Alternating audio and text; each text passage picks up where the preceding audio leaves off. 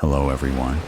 This is not a story for the faint of heart. Today, we will be stepping into the darkness of the most gruesome cases, where evil not only exists, but also leaves bloody and haunting traces. This is Real Gruesome Murder Cases, a series of true stories about murders that made the whole world shudder. If you are ready to face the cold truth in the gruesome corners of humanity, come with me to delve deeper into each case. Mother Nature, the story of a serial killer. I don't think fuck or any other derivative of that monumental word should be changed to duck when I finger bang my passion into a text. If I ask a man to come over, we're not going to duck anything. South. Also, do you know that ducks take part in forced copulation? Biologists and other smart-ass types say that ducks waddle in a line because it makes them less susceptible to predators.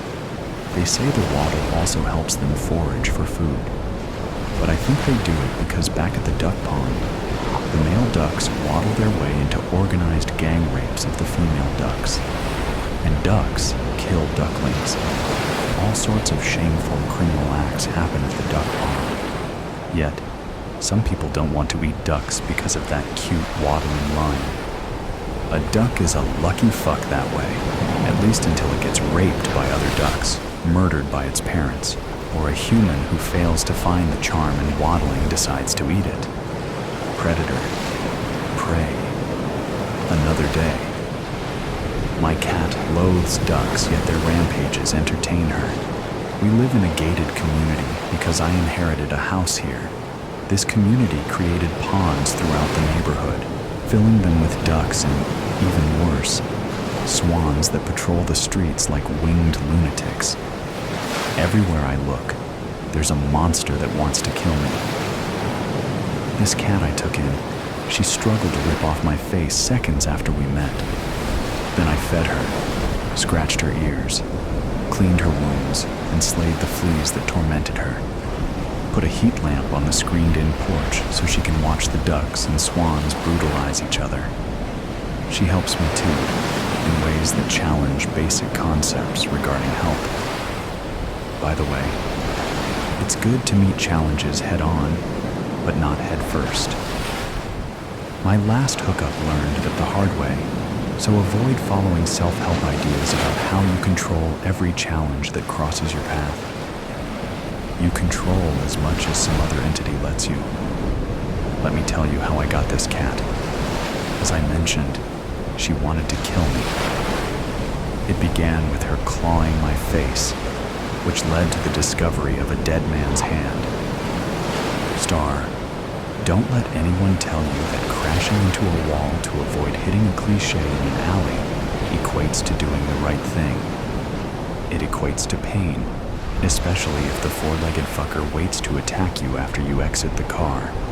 The cat I took in waited for me to get the car door open, then let me know who owned the alley. The pain of others engages the masses. They heard the surrender of steel, followed by shrieking, so they scurried across the alley from business back doors like rats scurrying across a dumpster. Several videoed me as I pulled each claw from my face and struggled to dodge fangs. As I fell to the ground, I saw one man rummaging through my glove compartment. The cat finally let go with a low growl and then ran under the car. That's when I noticed the hand hanging over the low wall of a parking garage. I wasn't the only one who noticed. "Oh my God, there's a hand over there!" someone shouted. I darted across the pavement on my hands and knees to avoid feet intent on trampling. My skin ripped and burned. I panted as the pain from the crash and the crawl began to clash. The click of heels against the ground offered a moment's reprieve from the sensation of being ripped apart. Curiosity commands the ability to subjugate fear. Victims learn this firsthand. Without this act, no one moves on. I peeled my face off the ground. A woman in black leather pants and a tight white tank loomed over me, accessories dripping off her like rubies made of gemstones. She looked like Tom of Finland drew her if he had been into women. Your clothing is so beige, no one else can tell where your blouse ends and your trousers begin. But I see you, she said. You're like those dangerous creatures that blend in with the leaves. Lady, I just crashed my car. I just shredded my hands and knees to avoid being trampled. Unless you're here to help, fuck off back to your dungeon. I said I see you. I didn't say anything about helping you. Well, not in the usual way. I turned back to the car, and she loomed in front of me again, though I never saw her move. I have more to say. You and that cat both play a vital role in the call. My call. You need to help each other, which helps me. You two are going to come to a mutual understanding somehow, some way. We sure are, the cat said. And that is when I fainted. Star. When I regained consciousness, news stations were filming the parking garage, the alleyway, and the soulless man who boasted to me that he lasted longer than other men, something he learned at an orgy for retirees. I went back to spend time with him because he was my first kill. I wanted more memories with him, like a mother saying goodbye to her child at college if the mother thrives on blood and guts. But all I saw was his hand, the one that struggled to get the knife away from me after the coke-fueled fucking and drug-laced wine. Someone had moved his body from where I left it, but I recognized the ring that signified his happy marriage to a wife who understood his needs. I longed to roll in his innards again, but it wasn't meant to be. The leather-clad woman told the EMTs to let me go. It's like she was never here, she said, cradling the cat. She knows nothing about a hand or any job related to it. The EMTs smiled. I felt like a kitten, but at least I was not a duck waddling into a bad group hug. Not yet. Star, a cat's methods for slaughter command merit. She's one of many masters created to maintain balance. At least I didn't ask a rhino to handle your tutelage, Mother Nature said, as she stretched her stiletto boots across my table. That's a one-time lesson, and quite an ugly one. You arranged the crash. You made choices that led to this moment. The cull relies on your choice and my preference. The cull demands my attention around the clock. That same attention consumes you, yet you lack any real skill at killing. You're uninformed about death, how to cause it, or navigate it with a professional standard. You left the body in a place where a homeless man sleeps, so he moved it. You have no real control. None of you do. You make choices while lacking control. That amuses me. Like arms grasping for God through the foam of a typhoon amuses me. Well, at least we do something right. I want you to live for an extended period of time, but you need more skill when you kill. You choose to kill. Fine, that helps me. But give me something to look forward to besides banality. You gush over your achievement, but last night in this city alone, 15 people killed a person they met online for sex. All obvious, sloppy efforts. Enough. The cat can give you some skill and flair. I mean, really, you two work well together. That alley battle was tremendous. Otherwise, look forward to death row. The cat can return to the alley.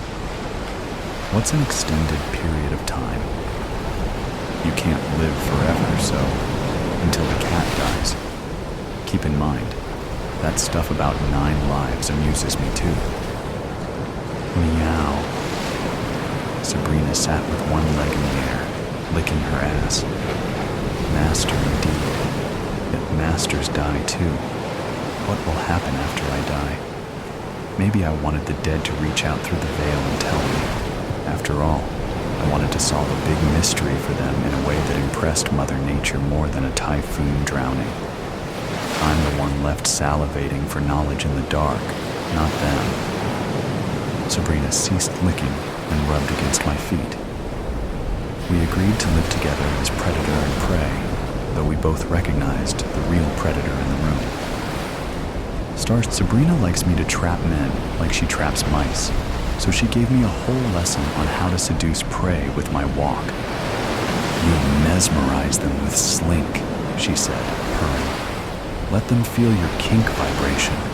Stop texting about ducks. Stop waddling like a duck before I actually place you in the pond with that second man. Mother Nature giving you a voice is the worst thing she's ever done. Where are the tuna treats? I want the whole bag this time. We each depend on the other to create balance for her and for you. Kill the messenger. Sweetie, look, this was just delivered. It's from... My wife reads the card while unboxing the birthday present, peeling off red gift wrapping. Your Aunt Salome. That's nice. Wait, Aunt Salome? But... dot. The red gift wrapping blooms into an orange fireball. The shockwave pushes me, shoves me, throws me hard into the wall. The screams from my wife's birthday party guests are muffled, as if I'm submerged in water deep below the surface. Aunt Salome. Only I know that she is not real. Aunt Salome is the code name for my dispatcher at Zarathustra. She is my sweet old sickly aunt who lives in a nursing home in rural middle of nowhere on the other side of the country, who sends cards for Christmas and birthdays, who has a Facebook account filled with photographs of her, an actress hired by Zarathustra, with me, her favorite nephew. And where she writes bot-generated old lady posts that periodically include a bat signal code phrase to activate me. Zarathustra thinks my marriage is an elaborate cover. They think I'm an unfeeling psychopath who built a facade of respectability by marrying a wholesome suburban everywoman, siring 2 adorably ordinary children. Zarathustra thinks it's all a front, and they're right. I am a psychopath. That's why I'm an effective tool for Zarathustra. I am unfeeling about my assignments. I'm rational, precise, calculating, manipulative, deceptive, effective. I don't make mistakes. I'm a machine. But they're wrong.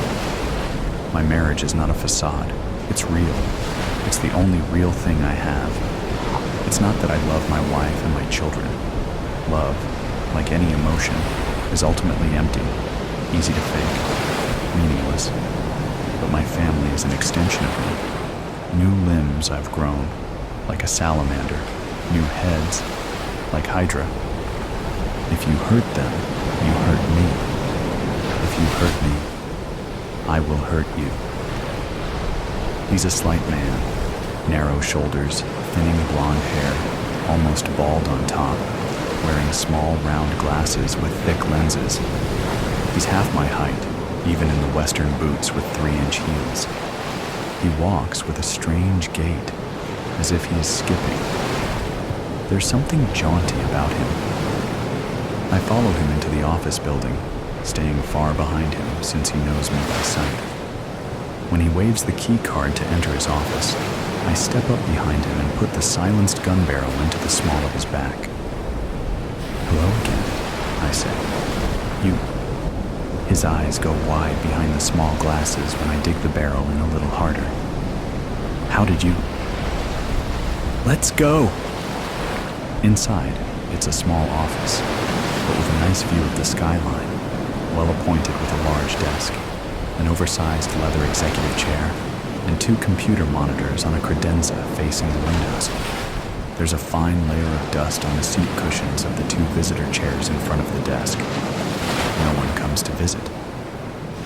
So, I say, we meet again. You asked how I knew. Well, I remembered the photographer hired by Zarathustra who took the pictures of me with the elderly actress playing the part of Aunt Salome. That photographer was you. when I found out that old lady actress died from natural causes just a week after that photo shoot. But you didn't. 2 and 2 make 4. You're part of Zarathustra. I don't know what you mean. Zarathustra? I assumed you were a flunky, but that you could lead me to the next rung on the ladder to get to my handler. But now that I see this place, clearly you are more than a flunky. I think you're Aunt Salome. Aunt Dash, you're my handler. Sit down. He sits down behind the desk. I keep standing, gun pointed at him. Why did you kill my wife? I didn't. Let me rephrase that. Why did you order the killing of my wife? Please, I didn't. It had all the markers of Zarathustra. In fact, it's the way I would have done it. Wait, I can explain. Will you allow me? He points, index finger over his shoulder, to the computer monitors. I have a message pre-recorded for this specific situation. It's from the leader of Zarathustra. The leader? Yes. May I? I nod. He swivels the office chair, turns his back to me, brings up web page, completely blank, except for a single open field and the text. Enter password, Z9 *. What's the password? I don't know, but I've been told that you do. He lifts the wireless keyboard from the credenza tray, swivels, and slides the keyboard across the wide expanse of the desk. I shift the gun to my left hand, still pointing the barrel at him. Yes, I do know a password that begins with Z9. The thing is, I'm the only one who does. I keep the gun trained on him as I key in the password. As soon as I enter the password, a video starts playing, and there he is, the leader of Zarathustra. My face. Congratulations, says my face in the video. The sacred game is at an end. The festivals of atonement are over. Since you're watching this video, you're ready for the next step. It's time to take out the middleman, kill the messenger. I shift my silenced gun back into my right hand, but I hesitate. Go ahead, my face on the video says. You don't need Aunt Salome anymore. A feather-light pressure on the trigger, a sound like a cough, a puff of smoke from the barrel, and there's a hole in the little man's forehead. His head snaps back, and he slumps over in the office chair. Aunt Salome is dead. The middleman is gone. The messenger has been killed. My face says, now it's just you. Only you. All you. As it always was. You decide, as you always did. Only now you know that it has always been you making the choices. What's your next assignment? Who's your next kill? The screen goes blank. Outside the window, the skyline, the tall buildings full of people, Neptune's lair. When I met her, word on the street was that Esme was beyond help. Her friends called her crazy and borderline. By the religiously inclined of former times, she might have been thought of as demon-possessed. During drunken fits, she'd get into fistfights or threaten to throw herself from freeway overpasses. She walked a thin line and repeatedly upset rumors of her demise, taking immense pride in being what she called stronger than dirt. She had a breathalyzer in her car. 2 years ago, she'd overturned her Hyundai in an incident where she was discovered to be 3 times over the legal blood alcohol limit. She made financial ends meet by renting her body out for clinical trials, hoping the entire time that she'd taken placebos instead of the experimental medications upstart pharmaceutical companies produced for everything from bipolar disorder to angina. There were times she'd come home from one of these lab rat money runs with side effects, bad ones, but they'd eventually subside and she'd make jokes about how at least she hadn't become the victim of sudden death syndrome. That Esme, tougher than dirt, as resilient as rubber. Even though she smoked all my stuff, drank all my wine, and frequently resorted to flings with little Dicky, a former boyfriend I suspected provided her with something I couldn't, I felt something for her. I made what I called minimum rage, flipping beef patties and assembling burgers at a late-night boardwalk diner called Cracker Jack's. Before the week was up, with Esme's and my drug debts, I'd be begging tourists for change to buy spare cigarettes. For a while, we resided in a tent on the rooftop of a building where Desmond Tutu Phillips, a friend since freshman year in high school, was the apartment building manager. Desmond risked losing his job for giving Esme and me a key to the restricted access rooftop. Despite our unconventional ways, he had the patience of Jesus with us. Even so, I'd still piss over the side of the building, and Esme would relieve herself where and whenever convenient. When we got too grungy, we'd take care of our hygiene needs at the showers meant for beachgoers. At night, we read copiously by battery-operated lantern light and shared a predilection for somber stuff. Our favorites were Rimbaud, Baudelaire, Camus, and Hamid. When we tired of the Cracker Jack's grub, I'd bring to our squatter pad. We'd get high and end up eating red velvet cake and whatever else she'd send me to shoplift from the supermarket, a 10-minute walk away.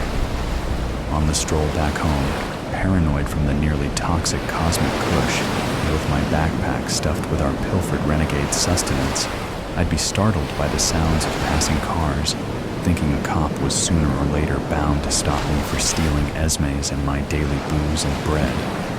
Although I feared the cops, I always suspected my weed paranoia was caused by a much deeper-seated guilty conscience. I should have confronted little Dicky a long time ago. Also, I had left my mother's side when I felt her senescence was becoming a burden.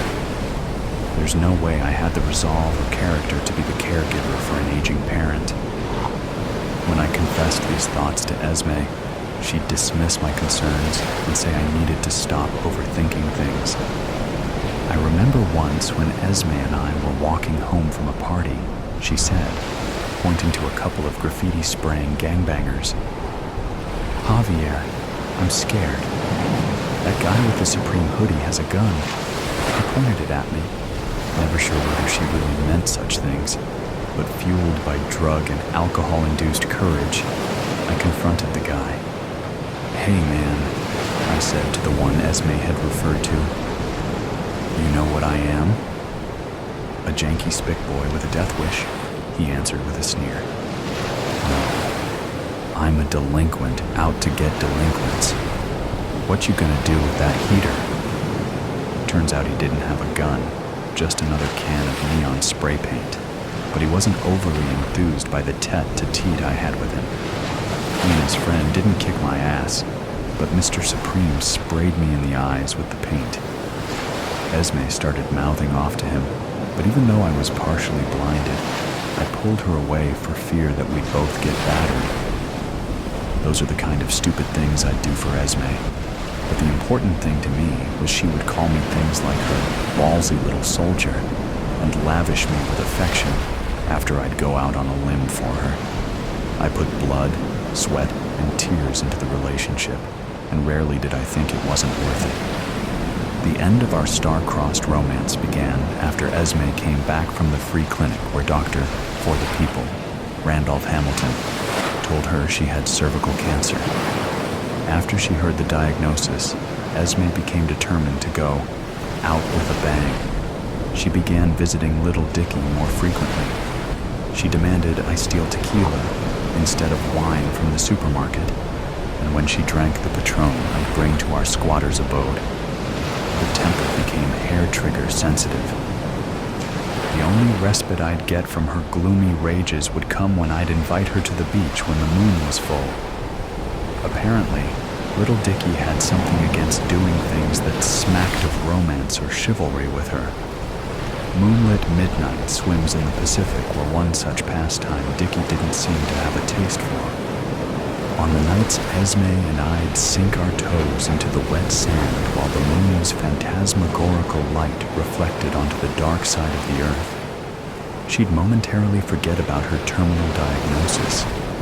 She'd also forget about her mortal condition whenever we'd watch movies at the rooftop squat. I don't know if it's the case with most people, but when I'm high and watching a good flick, I'll hear messages in the movie's dialogue. I'll also interpret anything someone says out loud about the film to have personal relevance. I've heard these phenomena are called thoughts of reference by those in the field of mental health. Schizophrenics have them, but I guess when I'm high, I might get a little schizophrenic. Makes me wonder why I keep smoking the cosmic kush. But one night, while viewing Scarface with Esme for the 5th or 6th time, she said something along the lines of, "God, it's just so good. I can't get enough of it." To my cognitively distorting and high mind, Esme wasn't talking about the film's extended denouement where Tony Montana gets shot by his sister, then exterminates a battalion of rival narco-gangster cockroaches before he ends up floating face down, bloodied and bullet-riddled in his "The World Is Yours" Miami drug boss mansion. No, Esme wasn't talking about the film. My mind interpreted her statement as referring to her relationship with Little Dicky. Before Montana gets the shotgun blast in the back that finally does him in, Esme exclaimed, "Jesus, we all know he's doomed." When she said that, I couldn't help but believe that she was referring to our friend and benefactor, Desmond. If for whatever reason Desmond was doomed, Esme and I would soon be off the rooftop and into the street, nowhere for a loving couple to be, especially when one in the pair has terminal cancer. I didn't know whether Esme's words would attract fate, but I knew that her despair was making her behave more erratically. She started to break down in tears when she'd think of having to be holed up in a hospital or hospice, awaiting the inevitable during the last stages of her disease. That night after the movie, and while coming down off the perception-altering shrubbery, I decided to take a course of action. The next morning, I bought 2 tabs of acid off Tripster Todd, a boardwalk dealer of LSD, and various other hallucinogens. I told Esme that we'd go for a swim at the beach after I got off my shift at midnight. We walked to the beach at close to 2 a.m. On the way there, I picked a purple flower, whose name I didn't know from a garden in front of a well-tended house. As we walked, I put the flower in Esme's hair. The moonless night sky's inkiness was blinding. The tide was low, and we had to walk a good distance to the water. There was no one on that portion of the beach except for us. As she dipped down into the waters ahead of me, Esme expressed her gratefulness for not having any open wounds, given that a recent outbreak of carnivorous bacteria made coastal immersions risky for bathers thusly exposed. Before going waist-deep into the water, I surreptitiously took the 2 tabs of LSD I'd bought from Tripster. After letting the acid dissolve, I gave Esme a prolonged French kiss. In little time, my vision, swayed by the acid, started playing tricks on me. Although there was virtually no light on the beach, my eyes summoned a warm, radiant glow in the heavens above. "Jav, I feel funny," said Esme. I splashed her with water and told her that she was okay, that everything was going to be okay. I knew what I had to do. I played out a dialogue in my mind where I said, "You need to confess," and asked her why she was always going to see Little Dicky. In my mind, she responded, "My lips are sealed." "That's exactly what they aren't," my courageous imagination told her. We were up to our solar plexuses in the ocean. I took hold of her shoulders and dunked her beneath. She came up, laughed, then giddy from the acid, childishly said, "Jav, I'm going to die." I said, "No, you're not, love. You're going to live forever. Remember, Esmeralda Lucero is tougher than dirt. I repeated the dunking gesture, this time less playfully, taking a fraction of a second longer than Esme deemed comfortable for her to be under the tide. The third time I dunked her was even more forceful. She struggled in my grip under the water. I crossed a threshold. She freed herself from my hold, surfaced, then said, "What do you think you're doing?" More in the form of an exclamation than a question. I smiled. The white of my teeth infuriated Esme more. "It's not funny, you hijo de puta. Why do I feel like I'm tripping?" She screamed before trying to dig her nails into my eyes. The time had arrived. I knew the cure. I put her neck into a vice-like hold in the crook of my right elbow and dunked her under the dark waters again. Her arms flailed about. She tried to kick, she writhed, but I held fast. I could hear her submerged cries, but they were muffled and accompanied by an upbubbling of exasperated air. Her writhing gradually slowed down until she managed a last, weak exhalation, a final spasm, and then yielded her spirit to the Pacific Ocean. I left her body floating where I had drowned it. Even though no one had heard or seen what transpired, I was still tripping on the acid, and the walk back to Desmond's apartment building was haunted by bogeymen and illusionary images of people pointing fingers and whispering accusations. I climbed the stairs to the rooftop where my unhoused person's hovel was located, lit a cigarette, and was overcome by an urge to write a song. I took out my notebook and a pen and started scribbling. Moonless night, world's delight, me, you drowning, out of sight, we fear most. Give up the ghost, but before we do, let's make a toast on our tongues. Still feeling young, summon moon, and avoid the sun. We'll be scared, 'cause we've dared. Court Pluto, in Neptune's lair. I put the pen down, satisfied with the verses, and thought of the poor and beaten down, of the fact that we are all victims to the onslaught of implacable and incorrigible time. I thought of what could have been, and of what now would never be between Esme and me. After another cigarette, I laid on my rooftop sleeping bag, unable to forgive myself, despite my best intentions, for the simple thing, the merciful thing I'd done. Before I knew it, I had cried myself to a still and unrepentant slumber, the sleep of both the wolf and the lamb, of the innocently voracious and the imperfectly innocent, the bullet that Esther stopped. I shot Papa square in the heart, but he didn't die. That damn Bible he carried with him saved his life. I was considerably lucky that Papa had his axe at hand and that he kept it sharp. I picked it up. It was a heavy thing, so I swung with all my might and put it right through his head. Seeing his brains made me throw up. I moved away so it wouldn't get on Papa. That would be disrespectful. Papa was a big man. I couldn't bury him like that, so I started chopping off his arms and legs with the axe. I was down to the right leg when Sheriff Culverson showed up. Wouldn't you know it? He came to arrest Papa for stealing a couple of old lady Renner's chickens. Papa didn't have to worry about that now.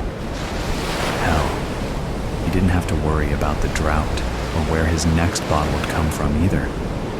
I reckon I did him a favor, saving him from all that worry. Sheriff Culverson looked at me and looked at Papa. I done threw up again, so the smell was something terrible in the vicinity. I looked at the sheriff. He was a-shaking his head and had a sad look on his face. I reckon he didn't want to take a 19-year-old girl to jail. Especially me, seeing as how I was his daughter's best friend.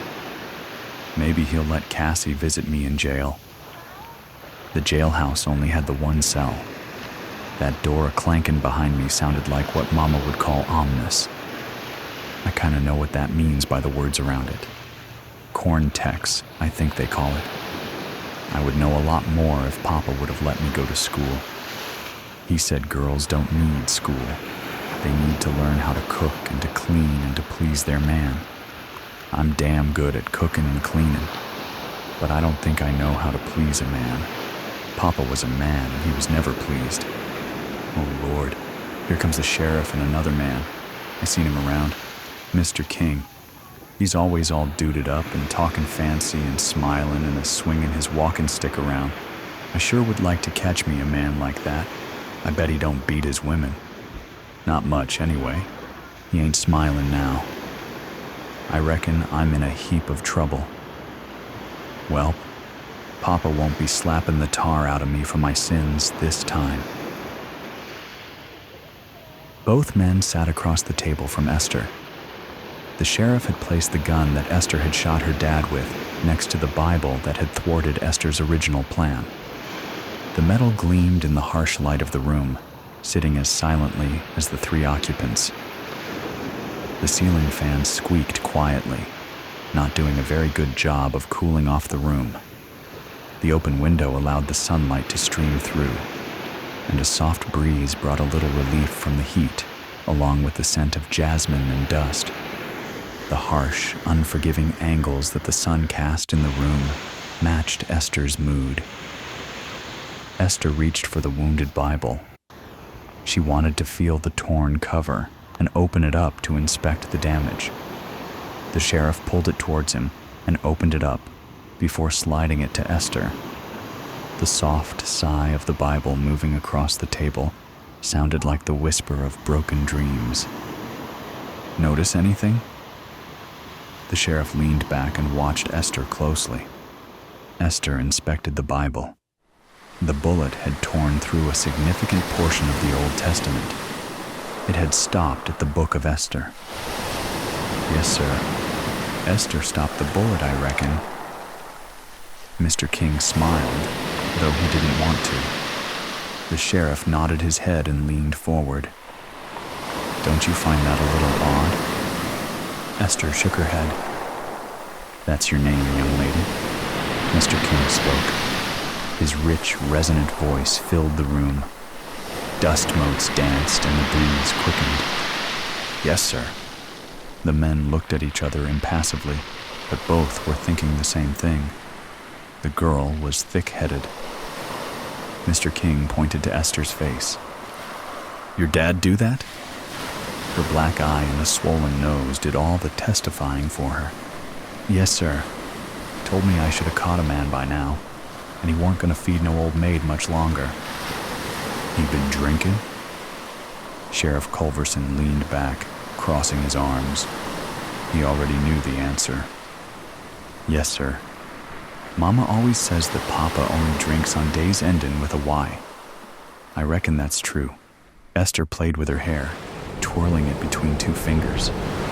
She looked away from the men and gazed outside, lost in her own thoughts. So you decided to shoot him? Yes, sir. But the Bible stopped the bullet. Yes, sir. Mr. Kind leaned forward and stared at Esther, causing her to blush. That was when you decided to take the axe to his head? Esther stopped playing with her hair and sat still for a moment before answering. I suppose so. Papa would have killed me if I didn't kill him. You feared for your life? Mr. King continued to stare intently at Esther. Yes, sir. Mr. King abruptly stood up and shook the sheriff's hand. I have all I need. He left quickly, so quickly that it startled Esther. She looked at the retreating back and worried that she had offended such a gentleman. Am I going to get the chair? The sheriff stood slowly, as if it hurt him to do so. He closed his eyes for a moment before answering. His voice, when he spoke, was softer than Esther had ever heard it. Number, you'll get 25 years in the women's prison in San Antonio. Minimum. Esther started counting on her fingers. You'll be about 44, Esther. Damn. I reckon I'll be too old to catch a man by that time. The sheriff felt his chest tighten just a little at those words. And Mama? How old will she be? How old is she now? Esther paused, deep in thought. Says she was born in 1901. Then she'll be about 60. Esther nodded, standing and smoothing out her skirt. Reckon she'll take me back when I get out? The sheriff scratched his forehead and looked at the floor. I don't know, honey. I just don't know. Dusra.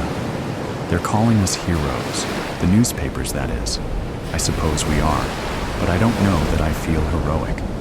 I do, however, feel a difference in me now that Papa's dead. Liberation would be the word. Papa would have hit me if I had ever used that word in front of him.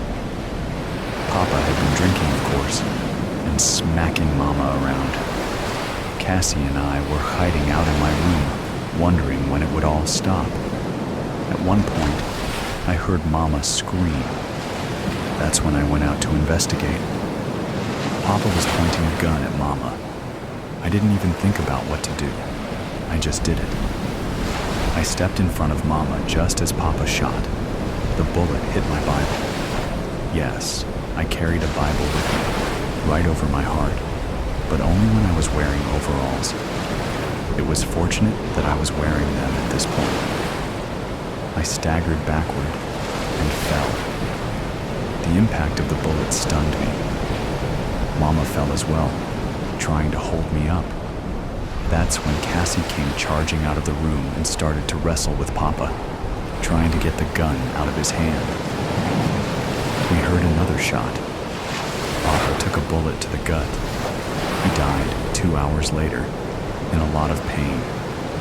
Cassie stood and fairly sprinted out of the house. She came back a few minutes later with her dad, the sheriff. The look on his face was one that will not soon leave me. Pinched and drawn, with worry written clearly in the eyes. Mama should have never been home. She was supposed to go to San Antonio to see her sister, but Papa beat her so bad the night before that she refused to go. I believe that Papa beat her so severely so she wouldn't go. He was like that. Cassie shouldn't have been there either. Her father told her never to go to my house when my Papa was around, but Cassie often defied her father. Her father was so relieved that Cassie wasn't injured or killed that he never punished her.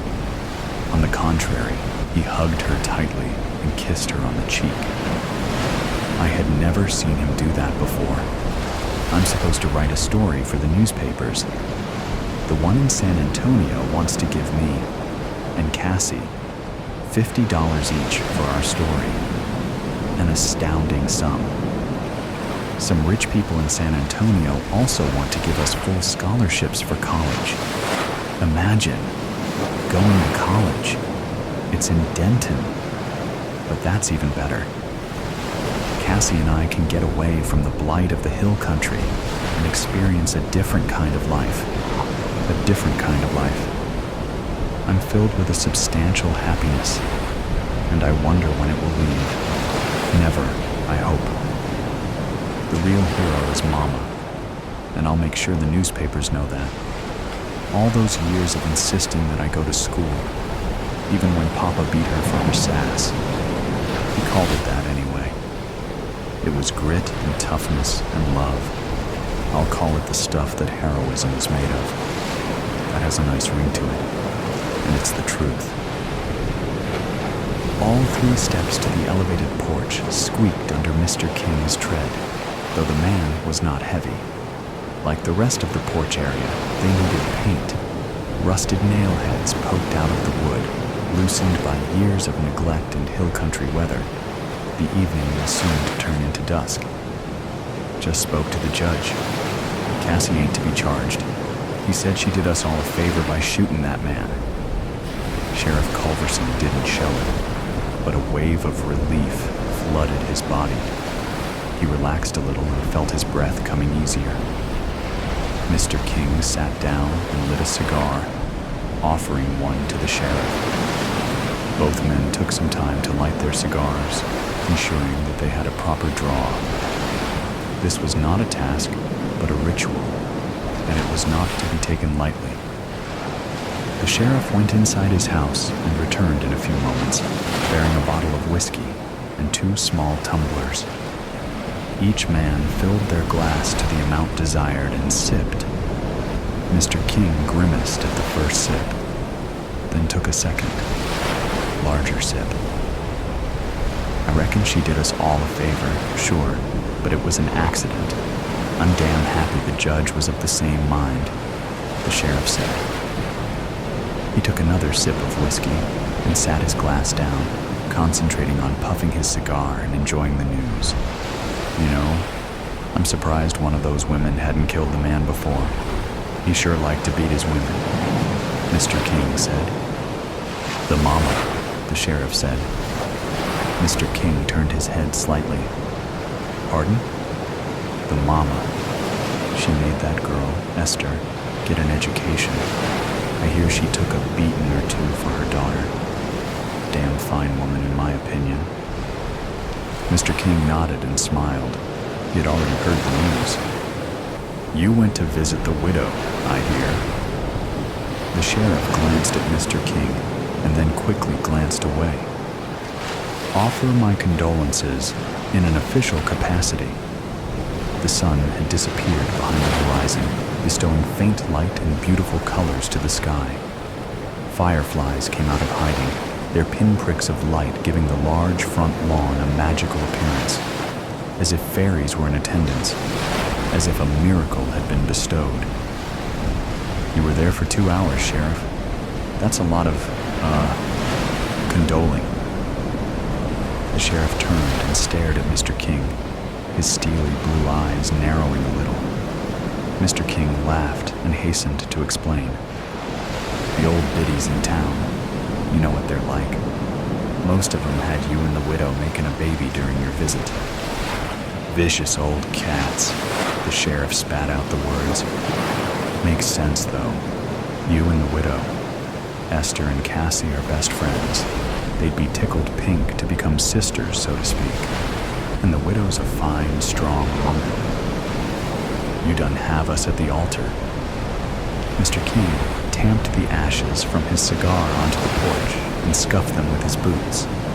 He poured himself more whiskey and watched the fireflies perform their chaotic, beautiful dance. Your wife's been gone for 12 years. I reckon you grieved enough, Sheriff. I figure the widow's grieving was non-existent. Can't really miss a man that beats you, can you? The sheriff poured himself another 3 fingers of whiskey and stood at the railing beside Mr. King. He sighed and turned to Mr. King, handing him a dollar bill.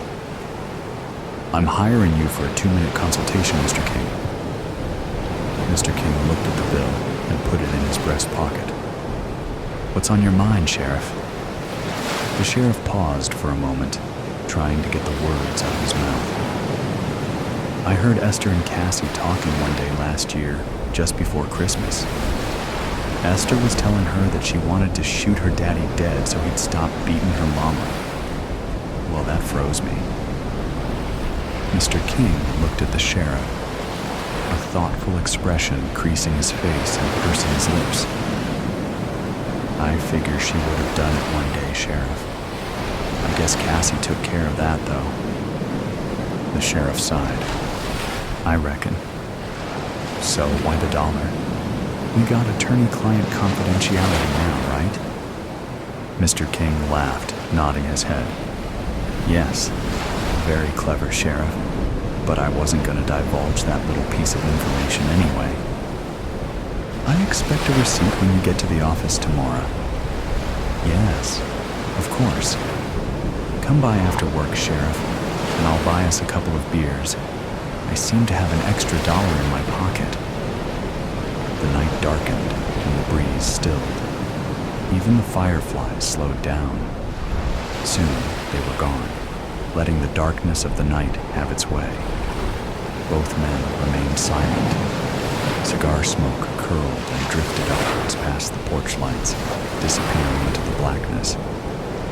Mr. King left after finishing his whiskey. See you tomorrow, Sheriff. and I'll expect a wedding invitation. I want that receipt, young man. The rest of the night passed as it should have. Frogs croaked lazily, crickets chirped, and lights winked out one by one across the countryside. 2 young ladies were dreaming of adventures at college. One sheriff was thinking of matrimony, and one widow was contemplating the mysteries of fate and providence. The Bible with a bullet hole in it was, in due time, returned to its rightful owner. The whereabouts of the mangled Word of God is currently unknown. The devil is in the details. I was 16 years old when they found the 6 bodies underneath our living room floor. I'm not one to share personal details, mostly because I have a tendency to run my mouth and say too much. But I think about that night often, usually as I'm just crawling into bed, in that time between hazy wakefulness and deep rest, which, if I'm being honest, I've never been the greatest sleeper anyway. I'm at my most productive at night, and as a result, I spend a lot of time staring up at the ceiling, contemplating if it will be the night I spill all the messy details to some reporter that's trying to make it big.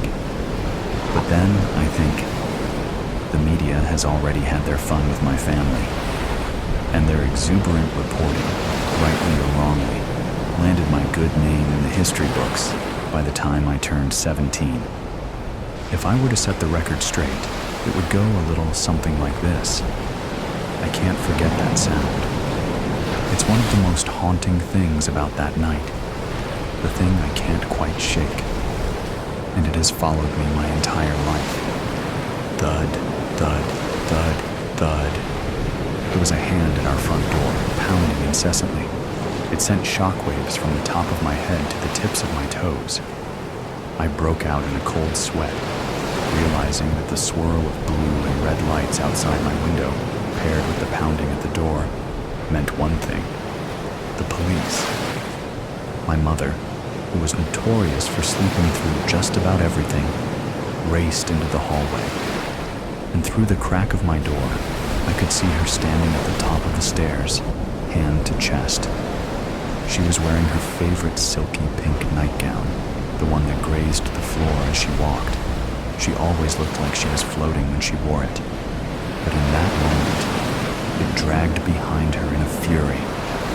Thud, thud, thud, thud. My panic didn't keep my curiosities at bay. I jumped down from my bed and padded toward the door.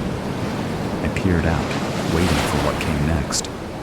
My mother's voice was the first to break through the weighted silence. "What is it? What do you want?" she said. Then came a series of sentences that melted together. Talk of my father, where he was. My mother questioning if he got into an accident. Then a firm voice asking who was home. My mother's distress soared another octave. She demanded they call their commanding officer so she could talk to him or her directly. I had never seen her so angry before. I peered over the banister to find the 2 officers, standing on either side of my mother, in the entryway. "You have no right," my mother yelled. One of the officers mumbled something to her. Then she called out for me and my younger brother, Rob. I didn't want to descend those stairs. When the police are involved, a bad ending always follows, and I wasn't ready for my bad ending. "It's all right," he said, lifting his palm to us and gesturing to come down to the landing. With my brother under my arm, I took that first step down and stepped right into hell. They ambushed my father when he came home, tackled him as soon as he came through the door. Poor guy didn't even notice the 2 cop cars parked outside because he had spent the last few hours pounding down gin and tonics. While Robbie was watching TV in the living room, I snuck around the corner, walked down the hallway, and positioned myself outside the kitchen door. For some reason, the police thought the best place to question him was where we ate our food. "Tell me where the bodies are, Jimmy," one of the officers said. "I don't know," my father replied, but his voice betrayed him.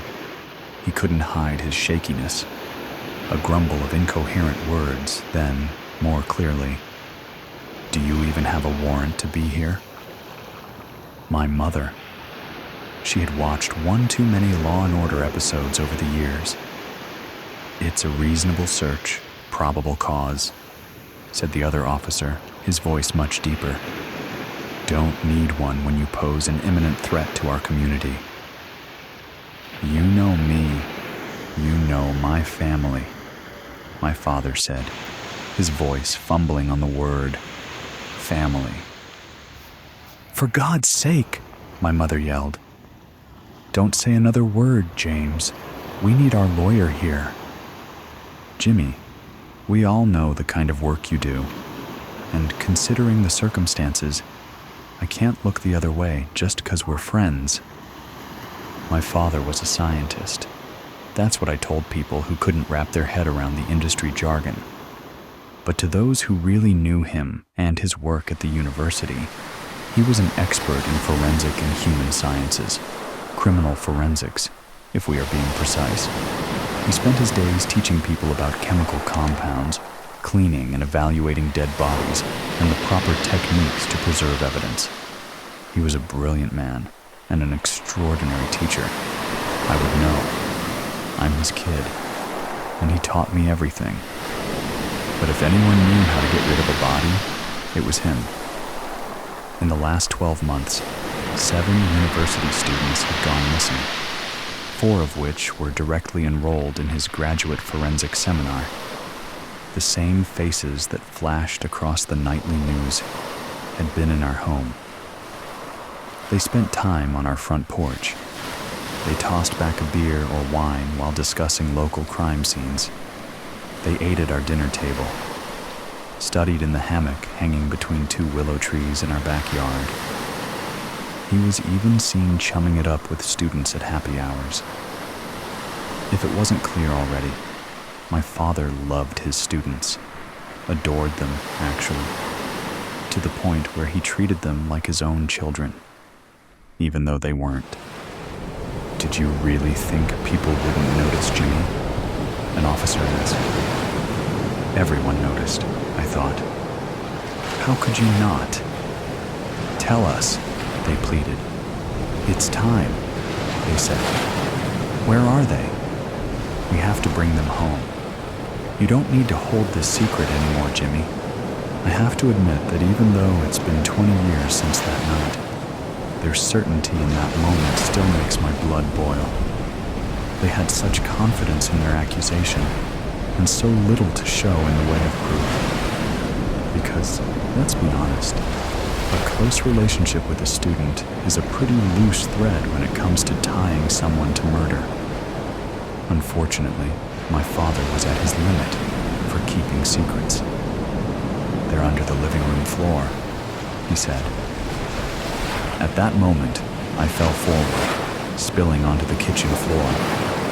I had forgotten just how weak that door was, and I would pay greatly for my curiosity. Because even as I was staring down at the black and white tiles, hoping I was invisible, I could feel the weight of his gaze on me. And when I looked up, our eyes locked. I couldn't breathe, couldn't force my lungs to expand. This was it. This was that moment. The ending that I knew was coming. His eyes told me the only thing I needed to know. The details of that night have been bent and twisted by the media. So many stories, so little accuracy, which is ironic considering the news is supposed to hold itself to the highest level of truth. But I suppose I should give them some grace. They're only human, and humans get things wrong. But I digress. My father never spoke another word. Not at the police station, not in the trial, and definitely not to me. My last moments with my father were spent in observation while the police pulled my childhood home apart, while they dragged 6 bodies out from the depths of our foundation. You know what's funny? The guilt in his eyes turned to shock. And it got me thinking, did he not predict it would turn out this way? Is this not the ending he imagined? My mother leaving his side, our home being torn apart, his daughter's presence as it all went down. Was he worried about the woman I would become if he was found guilty? I had so many questions. One very important one, but I wouldn't get to ask it that night. It didn't take long for a jury to convict him.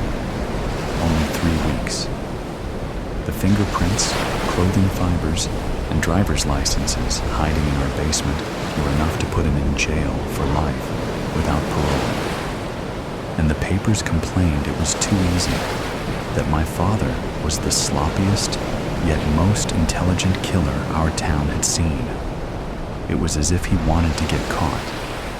One journalist said he was, and I quote, the only educated, well-versed scientist with a knack for murder and childish mistakes.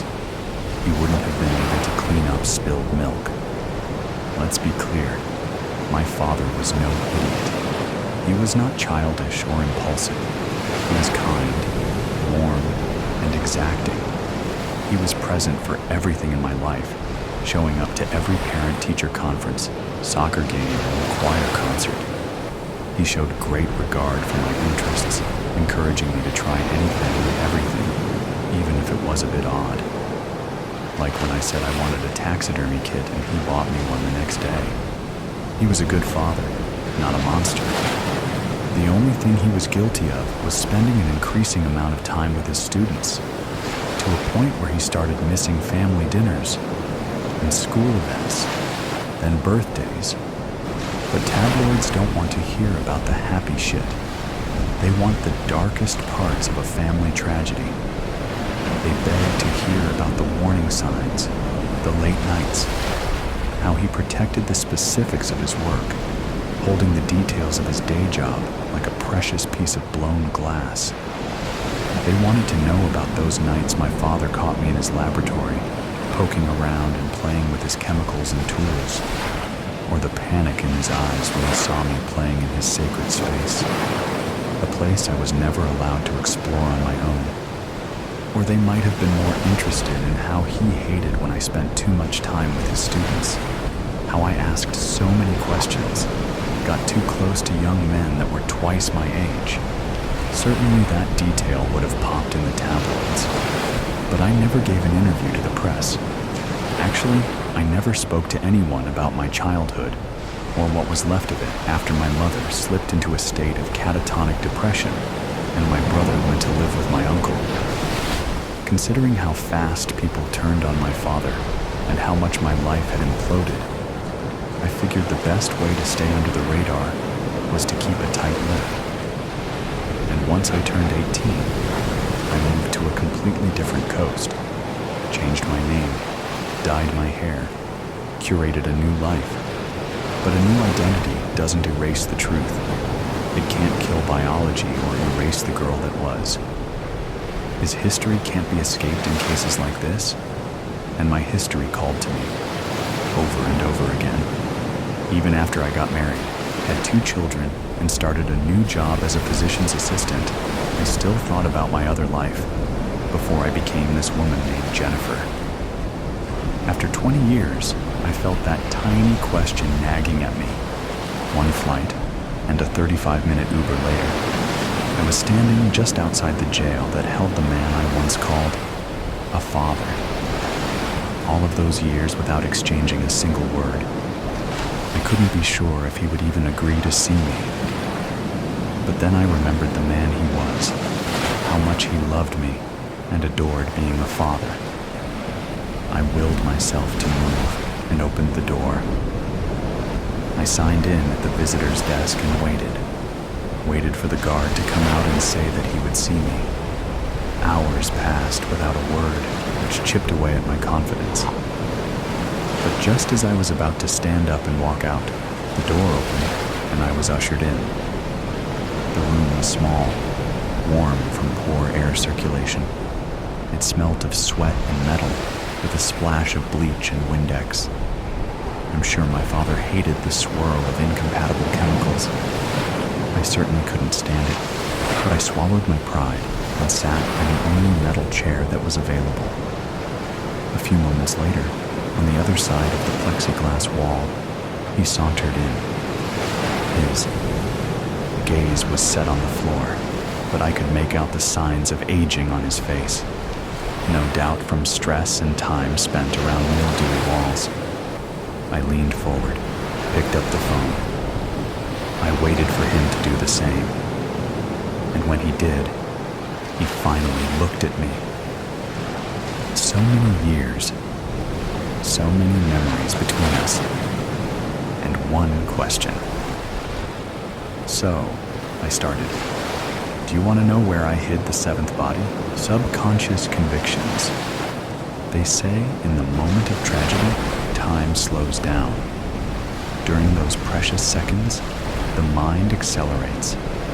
Your surroundings blur and disappear as your attention turns inward. You consider the events that led you to this point and what you could, or should, have done different.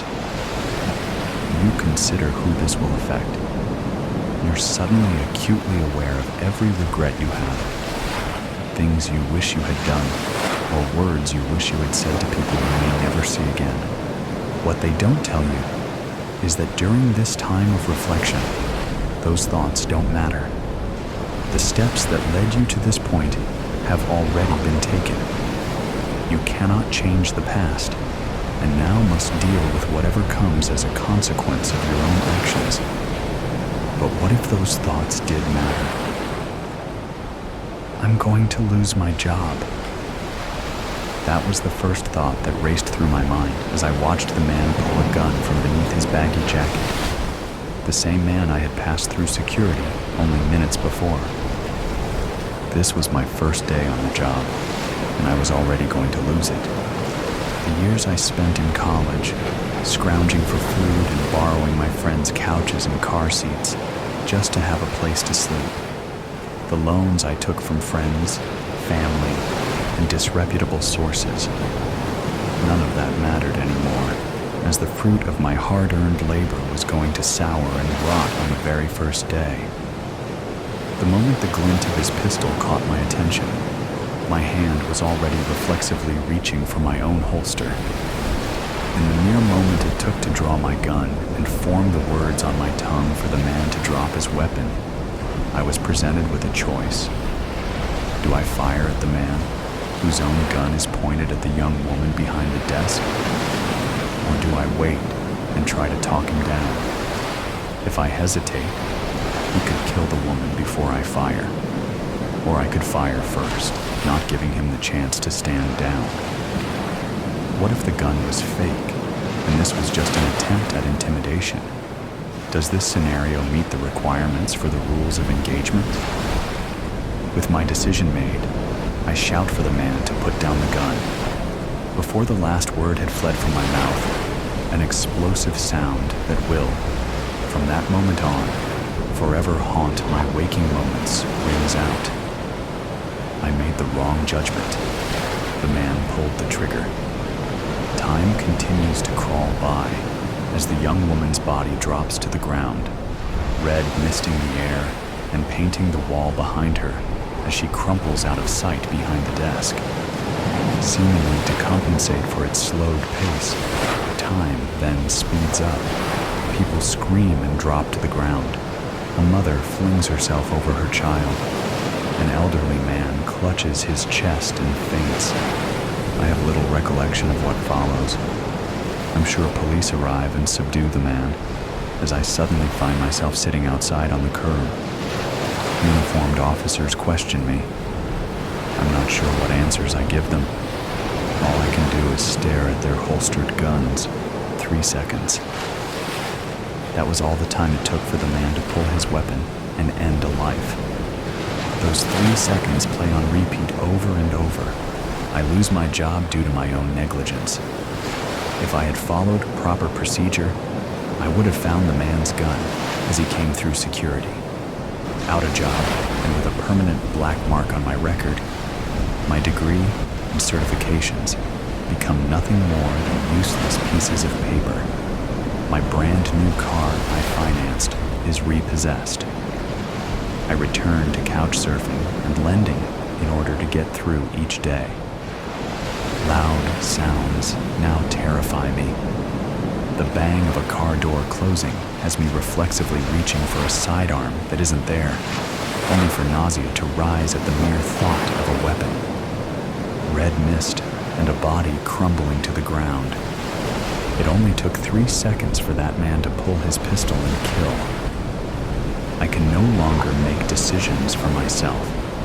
I fear that whatever choice I make will be the wrong one, somehow causing another life to end. Second-guessing every move I make completely overwhelms my day-to-day actions. I cannot help but spiral within my own tortured thoughts to the point where I am too terrified to even move. It only took 3 seconds.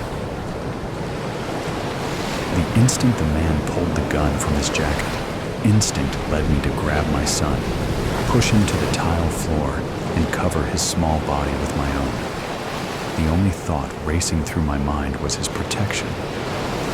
Having only recently lost his father, I couldn't fathom losing Evan as well. A spray of red, the body of a young woman falling to the floor, the thud of her body colliding with tile echoing in my head. What if that had been Evan? What if he were older and the one working behind the desk when someone decided that they would end his life? Who would have protected him if I wasn't here? The security guard by the door, frozen with his gun raised, solidifies my resolve that no one can protect Evan like I can. It takes 3 police officers to pry me from my son's protection. Only after several reassurances that the gunman has been subdued and that we are safe am I willing to detach myself from Evan. Sweeping my sobbing 4-year-old into my arms, I hold him close as I provide the police with my statement, receive the okay from medical personnel to leave, and speed the safety of our small home. That could have been Evan standing behind the counter. No one can protect him like I can. With school shootings a very real possibility, I pull Evan out of school just in case. I find a new job that will allow me to work from home while homeschooling at the same time. Groceries are delivered to the house. Contact-free, of course. The only times I find myself not being able to avoid leaving the safety of our home are for regular visits to the doctor's office. I put these off for as long as I can without risking Evan's health.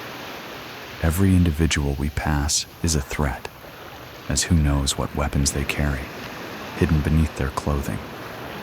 Who knows what intentions they may have, or when they might decide to take their frustrations out on my innocent child.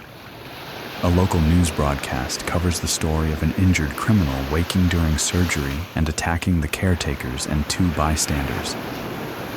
What if Evan and I had been there for an appointment? Even the hospitals weren't safe anymore. I called and canceled Evan's upcoming checkup. The doctor's office called at least once a day for a week straight to reschedule Evan's appointment. I let every call ring to voicemail. I know what is best for Evan. No one can protect him like I can. The phone calls eventually stop. The following week, 2 police officers arrive at our house, claiming the hospital staff called asking for them to ensure we were okay. I reiterate through the closed door that all is well, but I refuse to open my home to them. I can see from the window the weapons they carry. What if they are not really police officers? What if they are here to hurt Evan? The next day, the police return with a woman dressed in a pantsuit and claiming to be from Child Protective Services. I refuse them entry and tell Evan to hide in his room. The woman claims that she is worried for my son's well-being and begs me to open the door.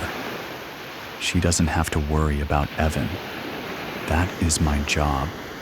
Only I can protect him. They took Evan from me. They came in force, showing me documents that mean nothing to me as I sit handcuffed on my own couch. They claim I am not mentally fit to take care of my own son as if they know anything about me or the dangers the outside world presents to my innocent child. I try to get them to understand that he needs me, that only I can protect him. Why can't they understand? They tell me I can argue my case in court. Why does no one understand? How can no one see how dangerous the world is? It only takes one man with a gun deciding to end a life. No one can protect Evan like I can. The customer service smile I have plastered on my face falls away as the man across the desk from me reaches beneath his jacket and pulls free a pistol. Despite the situation, I find myself surprised by the condition of the gun. My father was an avid weapon collector, and, as his only child, I was subjected to hours of instruction on all topics involving firearms. The man's gun isn't anything special, and is a brand that most households have stashed away somewhere for home defense.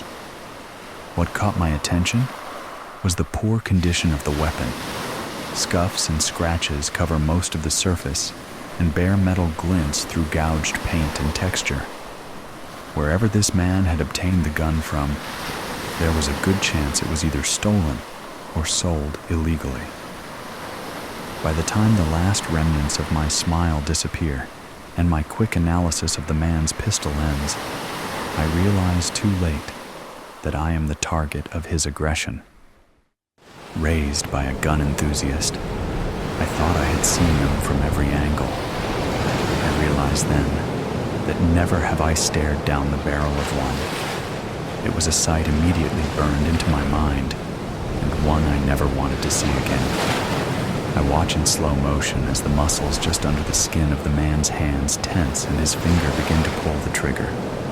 I can't help but think with irony that I won't have to worry about living with that fear. Silence follows the explosion of a firing pistol.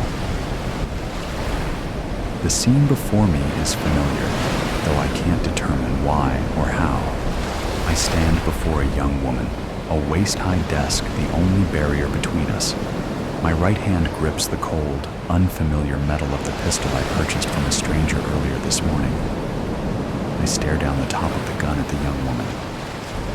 She seems more interested in the details of the gun rather than the fact that it is aimed directly at her. There is something familiar about this woman, though I am sure I have never met her before. An irritating itch nags in the back of my mind that something here isn't right. I have been here before, but where am I? I want to turn and take in my surroundings, but am unable to move anything other than my eyes. Time seems to have slowed to a near pause. Glancing at the surface of the desk, I notice a stack of credit card flyers. Oh, that's right. I'm at a bank. One of the few left that actually handle cash instead of digital currency. Why am I at the bank? The memories come slowly, as though I am recollecting them through a vat of honey. The images are hazy at first, but slowly become clearer. I am desperate. The company I worked at collapsed due to fraud. As an accounting associate, I was one of the prime suspects in the case. It has been 2 years since I was accused as an accomplice, and the investigation is still ongoing. In those 2 years, my entire life fell apart. My fiancée left me, taking the word of the media over the man she planned to marry. She took our unborn child with her, refusing to allow me any part in the child's life. Due to the investigation, I couldn't find a job. I lost my fiancé, child, and career. I lost all reason to continue to try. All I have left is a roof over my head, and even that will be gone soon unless I do something. Robbing the bank wasn't a thought-out plan, but rather a decision made in desperation. Why had I thought this would be a good idea? I've never done anything like this before. This isn't me. Who have I become? The eyes of the woman before me begin to widen as she realizes she is staring down the barrel of my gun. Realization, surprise, Fear and then acceptance cross her features within a heartbeat. My hand tenses, my index finger beginning to pull the trigger. Wait. I've been here before. I've done this before. I've killed this woman already. Why am I doing this? For money? Is this really how far I have fallen?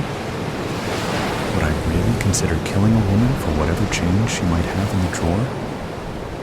Wait, no. I have already considered this. In fact, I have already done it. I am staring down the sights of my gun into the eyes of a dead woman. That is why she is familiar to me. I know I've killed her, but I don't remember what happened afterwards. Was I arrested? Was I shot? Glancing to my right, I notice a woman in the process of throwing herself over a young boy. Her son, Evan. Evan? Why do I know the boy's name? That isn't all I know. I know that the mother will be so scarred from my actions that she will hide her child away from the world, paranoid and plagued by the idea of some stranger hurting the only family she had left. Evan will spend the rest of his childhood in the foster care system. I've never met them before, so why do I know this? I shift my attention to my left, where a young security guard points his own firearm in my direction, his mouth open in a silent shout. I can see the fear and indecision wrought into his features. He will lose his job and any chance of a healthy life due to my actions today. Finally, I look back to the woman before me. She loses her life because of me. These are my victims. I can see the consequences these innocent bystanders will spend the remainder of their lives trying to cope with. All because I was desperate to pay my rent. I don't want this. I don't want to kill this young woman who has done nothing to wrong me. I don't want to cause the security guard to spend the rest of his life terrified of strangers and loud noises. I don't want Evan to grow up without his mother.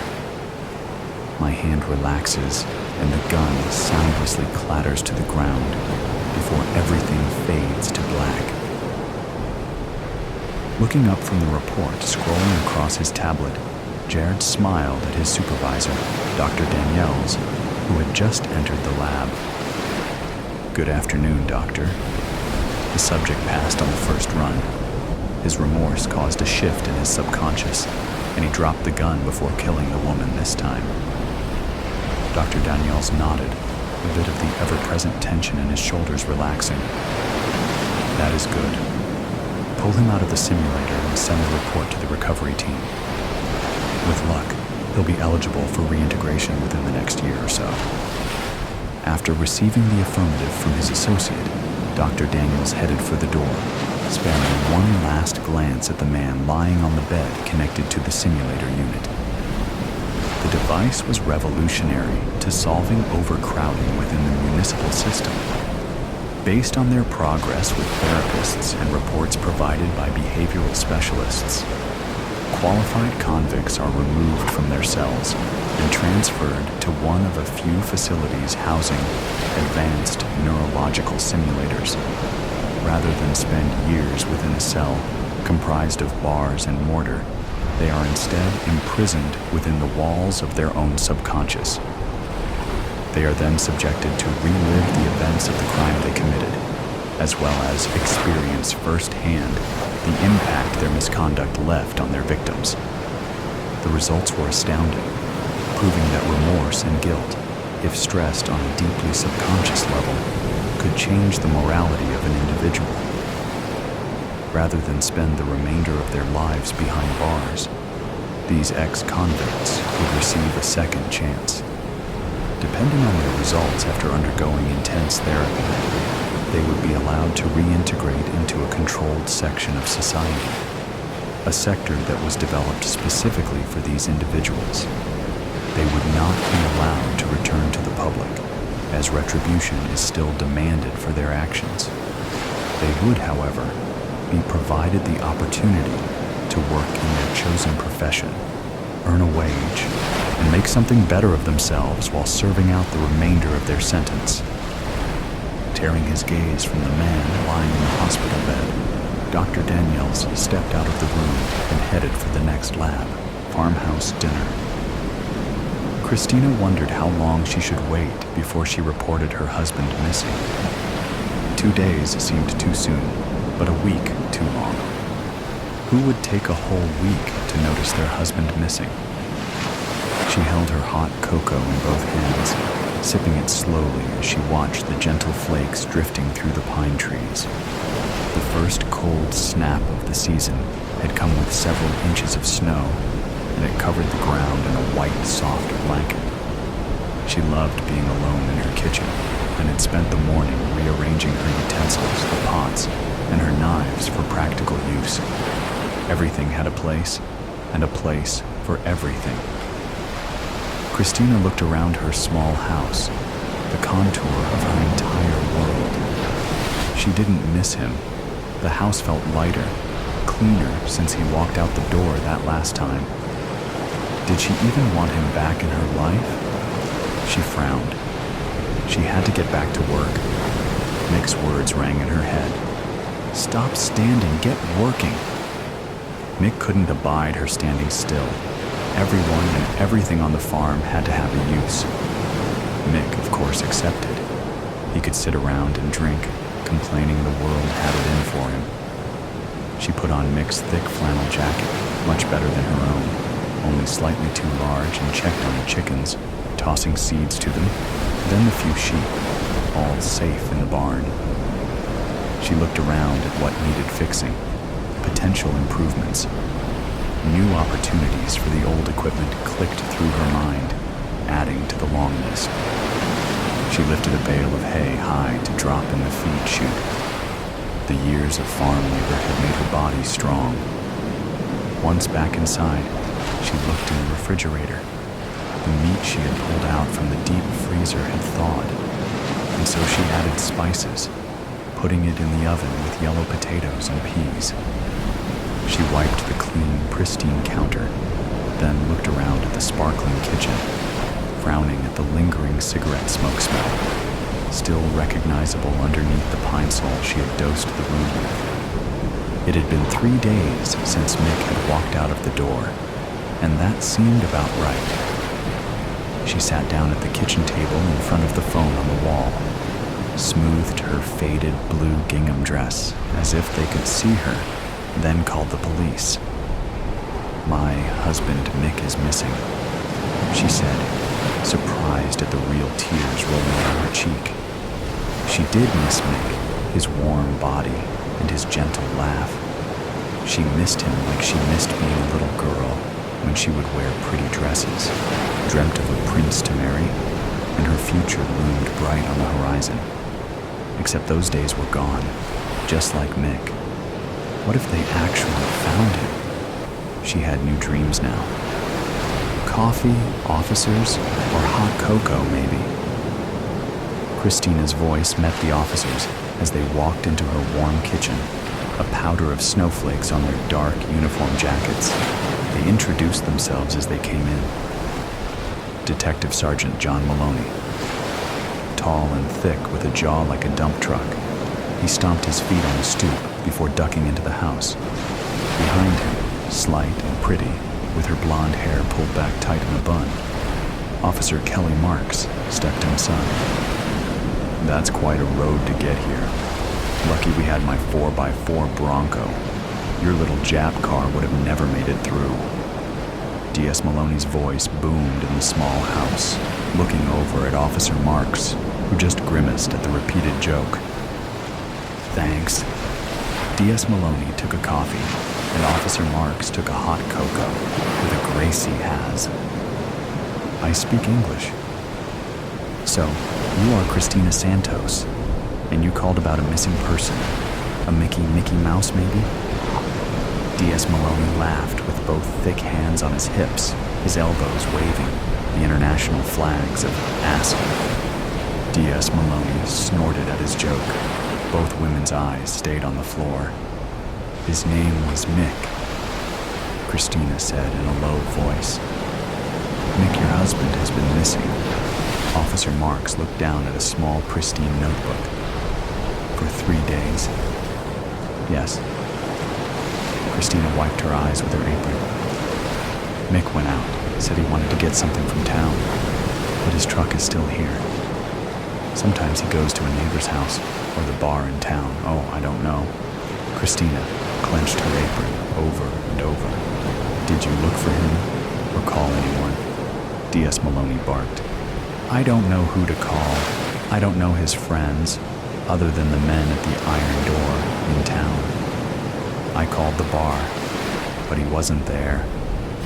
Okay, do you have a description? Officer Marks held her pen at the ready. We can call the local hospitals, other police stations to see if he has turned up. Well, he's a bit taller than me, has dark hair and thicker. She put her arms out, forming a large belly. And his face? Christina squinted one eye closed and turned her face into a deep scowl. Oh.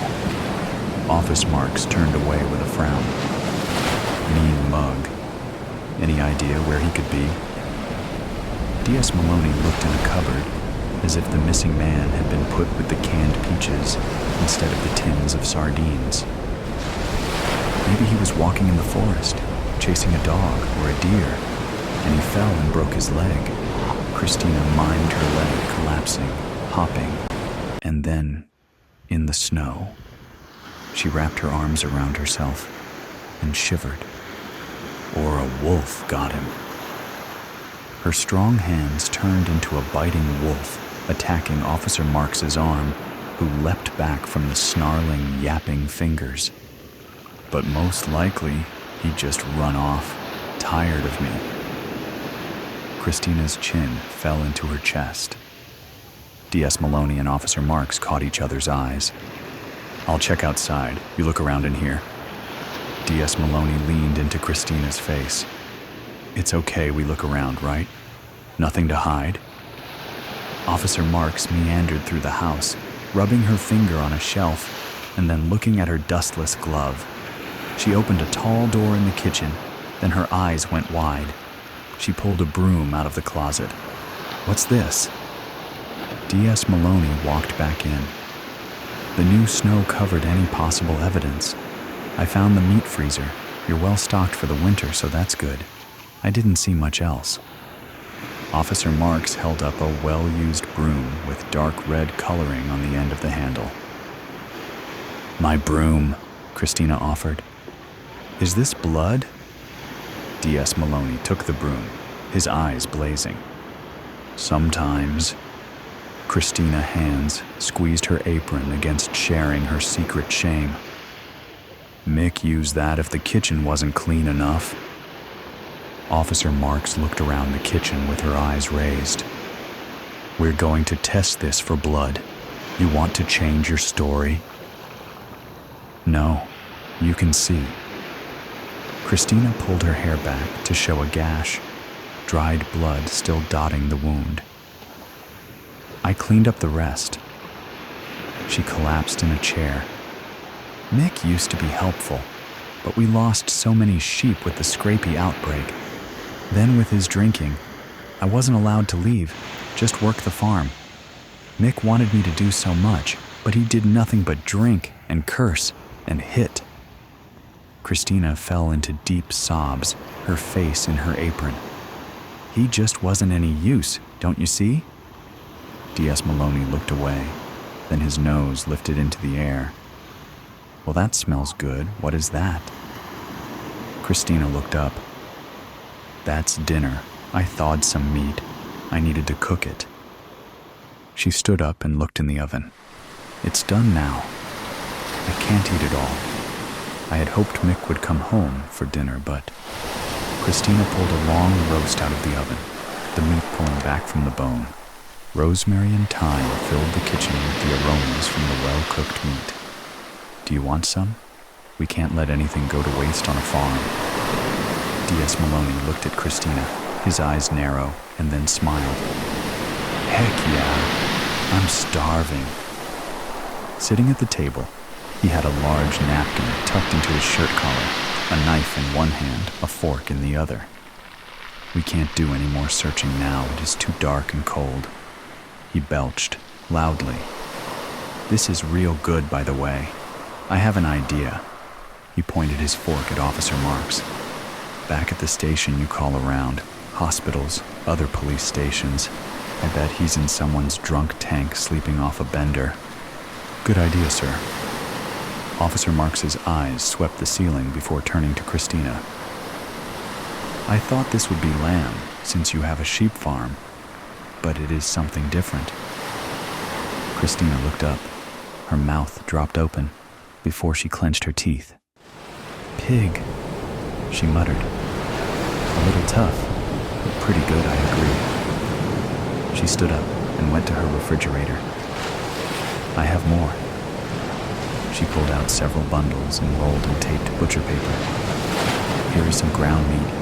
I can't use it all. You should take it. D.S. Maloney pulled off his napkin as he stood up and took the packages.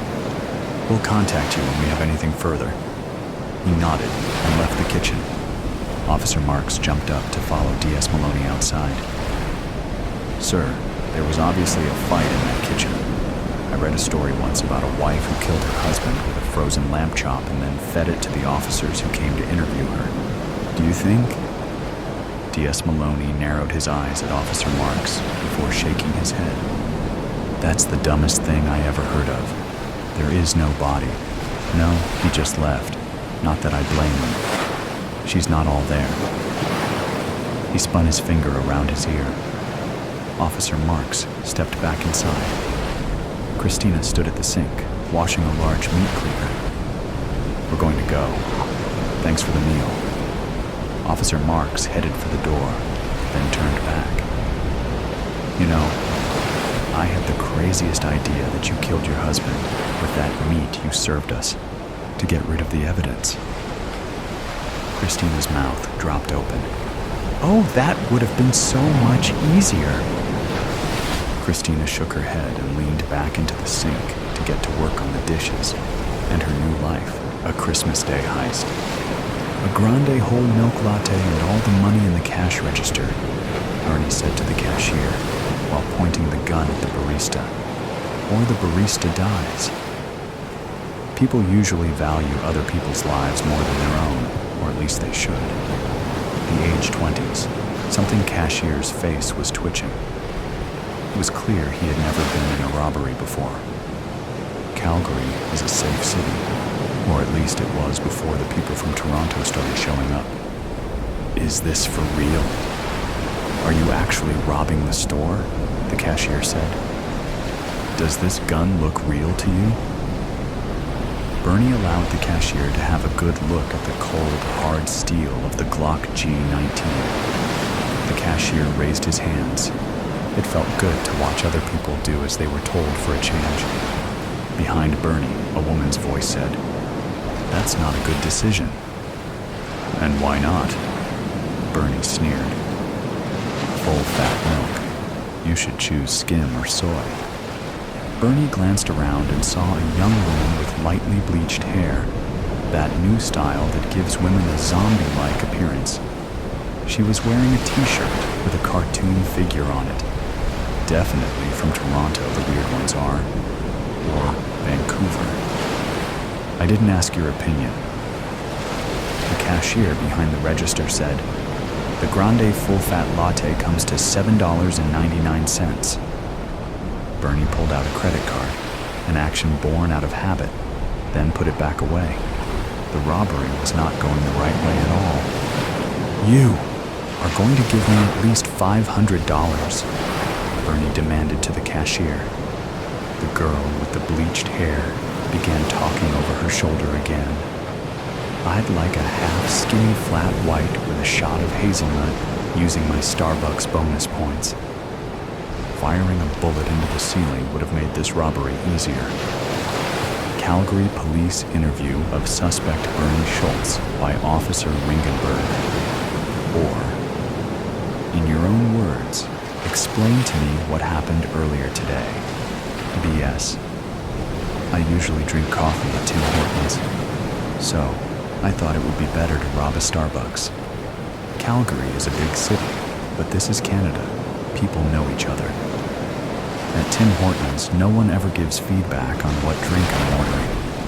Who let all the Starbucks open in Calgary anyway? It must have been those arseholes from Toronto. The same Torontonian arseholes who voted for Trudeau. How did I get here? One day, I was the site administrator of the biggest oil project in Alberta. The next day, global warming and electric vehicles means I've lost my job. Then I was dragged from my home by government thugs. They wore different uniforms than me, but were in uniform from my home. My brother, who helped me pack my things, said I needed to get used to change. This is 2023, he said. One door closes and another door opens, he says. My brother has a big mouth. At my new place in the sticks close to the forest, the fires worry me. I watch the news on CBC every night and have chats with my neighbor Ted about the fires. They didn't happen before. Not before Trudeau took over. Anyways, Ted says we need to fight the system. He said if we could get $500 together, we can drive to the Yukon and live in an abandoned cabin over the summer and get away from the lunatics in Calgary. Or, what's Ted's last name? B.S. Bennett. 2 N's and 2 T's. So back to the story. Since Trudeau took over, everything is about pointing out other people's mistakes. People are always telling me what words I'm not supposed to say anymore. Well, thank God some things stay the same. Once a week, me and Ted walk to the Tim Hortons nearby. Even Timmy's didn't have a Christmas tree this year. But that's not going to stop Bernie from having the spirit of Christmas. At that other place, people just wouldn't listen to a woman with a gun. I wanted to shoot a bullet into the sea to stop them all yammering. And then you all came in. O.R. Thank you, Bernie. That's all we need today. We're still collecting evidence. Before I start shooting, there's something I'd like to say, Bernie announced. I hope you have a Merry Christmas. She turned from the cashier to the barista. And you too. Merry Christmas. Ma'am, here's your latte, and have a Merry Christmas, the cashier said. Then he added, I don't usually say that, and looked at the other people listening in the store. They had stopped talking to each other and were paying attention closely, in the way every high school teacher dreams of. Bernie gave everyone present a stern look, one that showed she meant business. Her arm was getting tired. She forgot how heavy guns were. The cashier had been holding his hands up for quite a while and was getting tired too. Sorry, ma'am. I can't give you all the money in the cash register, he said slowly and calmly, because this is a cashless store. His eyeballs moved back and forth between Bernie and the sign next to the cash register. It said, "This is a cashless store." Bernie groaned. It's because of those people from Toronto again. I'm from Calgary, the cashier explained. Bernie didn't know how to respond to that. Doesn't your son come in here? The cashier asked. Bernie realized at that moment she should have worn a disguise. Outside, flashing red lights appeared. Bernie watched with concern as police cars filled the parking lot. The cashier, in a kind voice, the tone a person might use to give a suggestion to a friend that the color of his sweater doesn't match his pants, said, "They might shoot you if you're holding that gun. It doesn't matter what age you are." As Bernie thought about putting the gun down, one of the police looked into the window and then walked straight in. Bernie has thought they might surround the building and start a kidnapping negotiation. She had planned to ask for a taxi to the Yukon to let everyone go. "Bernie Schultz?" the policeman asked. "Who's asking? Let's take you back to Sage Hill," he said and walked straight toward her. Bernie lowered the gun that lacked bullets. Her gig was up. The police knew retirees in Calgary wouldn't give up their guns, but the retirement homes had taken away their bullets. The cashier cleared his throat. Just for my Instagram account. Why were you trying to rob the store? Bernie wanted to quote Willie Sutton, because that's where all the money is.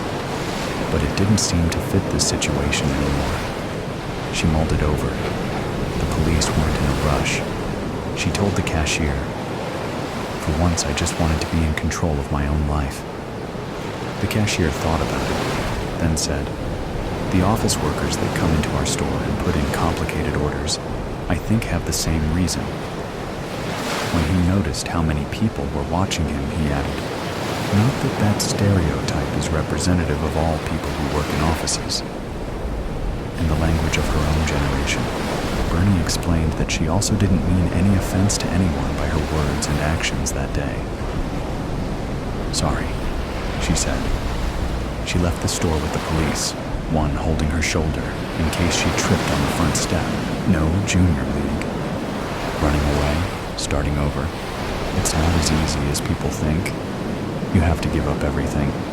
Oh, that part's easy. Everyone thinks we are all traceable, that you can't really hide. But, see, everything is tied to your identity, your papers. If you change those, you are a different person. Fingerprints? If they're in the system, if you've ever been fingerprinted, it's a little trickier. But it can be done. Oh, that's right. You're a teacher, so of course you've had background checks. Well, you'll never teach again, so it won't matter. What? I told you, you have to give up everything. When changing identities and dropping off the radar, you have to change what you do. Whatever habits you had, wherever you went, do elsewise. You won't be hanging out in bookstores anymore, and you can't join the junior league in Denver if you were in every junior league of every city you ever lived in. Change your appearance, of course, but even as a brunette, you can't join a local improv group or historical society. That's where they will look for you. Join the Corvette Club and build a persona as an expert in 1972 Flybird Corvette transmission modifications, or whatever might be a car thing that you know nothing about and could care less about right now. You can join the Quilt Club, or the Daughters of the Mayflower, I guess. If the most important thing to you is dropping out, disappearing, disconnecting, and avoiding the consequences of what you did, you have to truly start over. You cannot be the same person, because when they come looking for you, they will look for her. Changing your papers and license and online trail are just technicalities.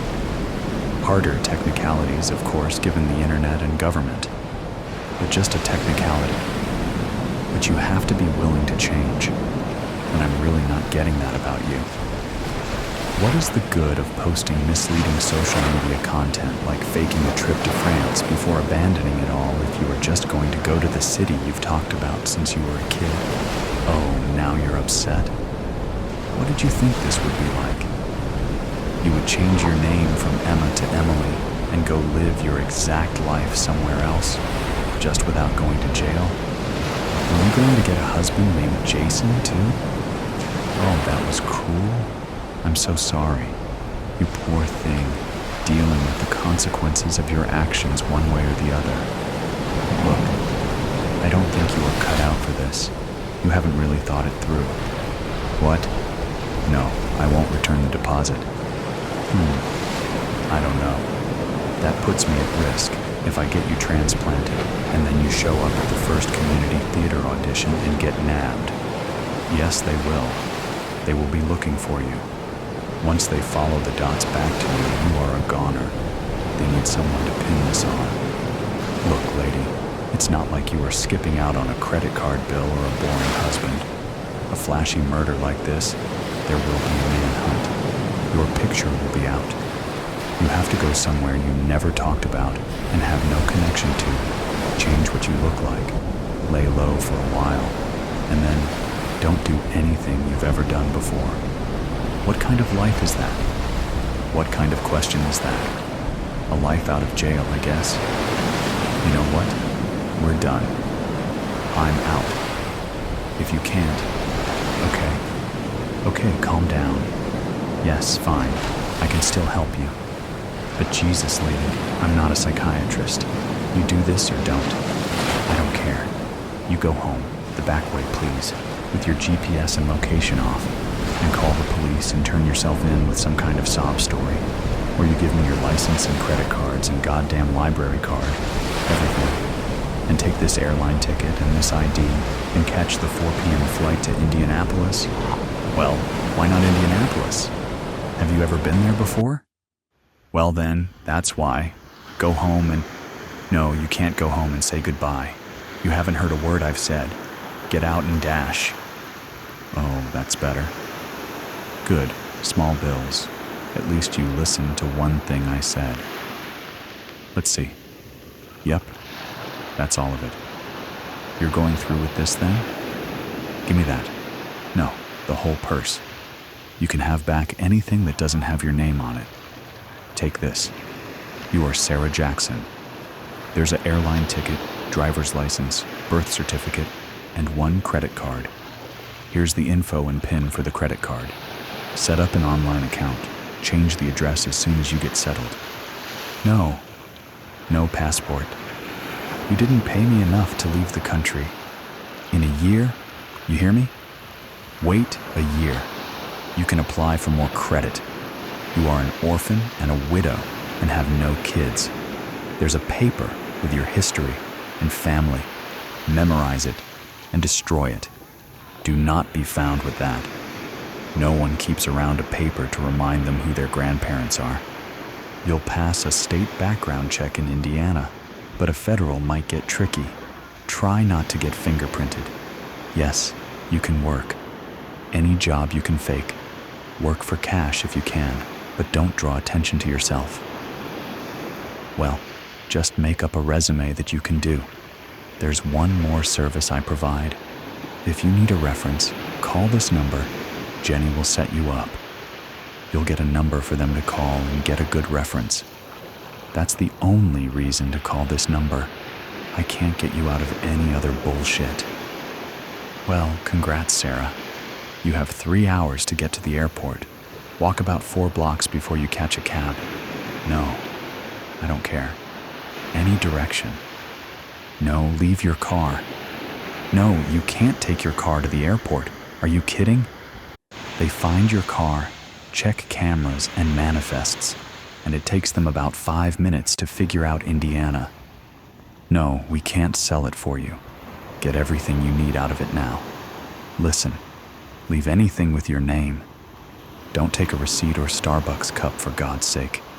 It has to be abandoned. We'll take it out State Route 6. They'll have to dredge the quarry to make sure you didn't off yourself. Oh my God. Yeah, you're welcome, lady. You're all set. You kept about 1,000 cash like I told you, right? Split it up, put it in different places. All right, good luck. Remember, don't catch a cab right out front. Walkaways first. Oh my God, what a piece of work. Jenny, I'll be out. I have a deposit to make.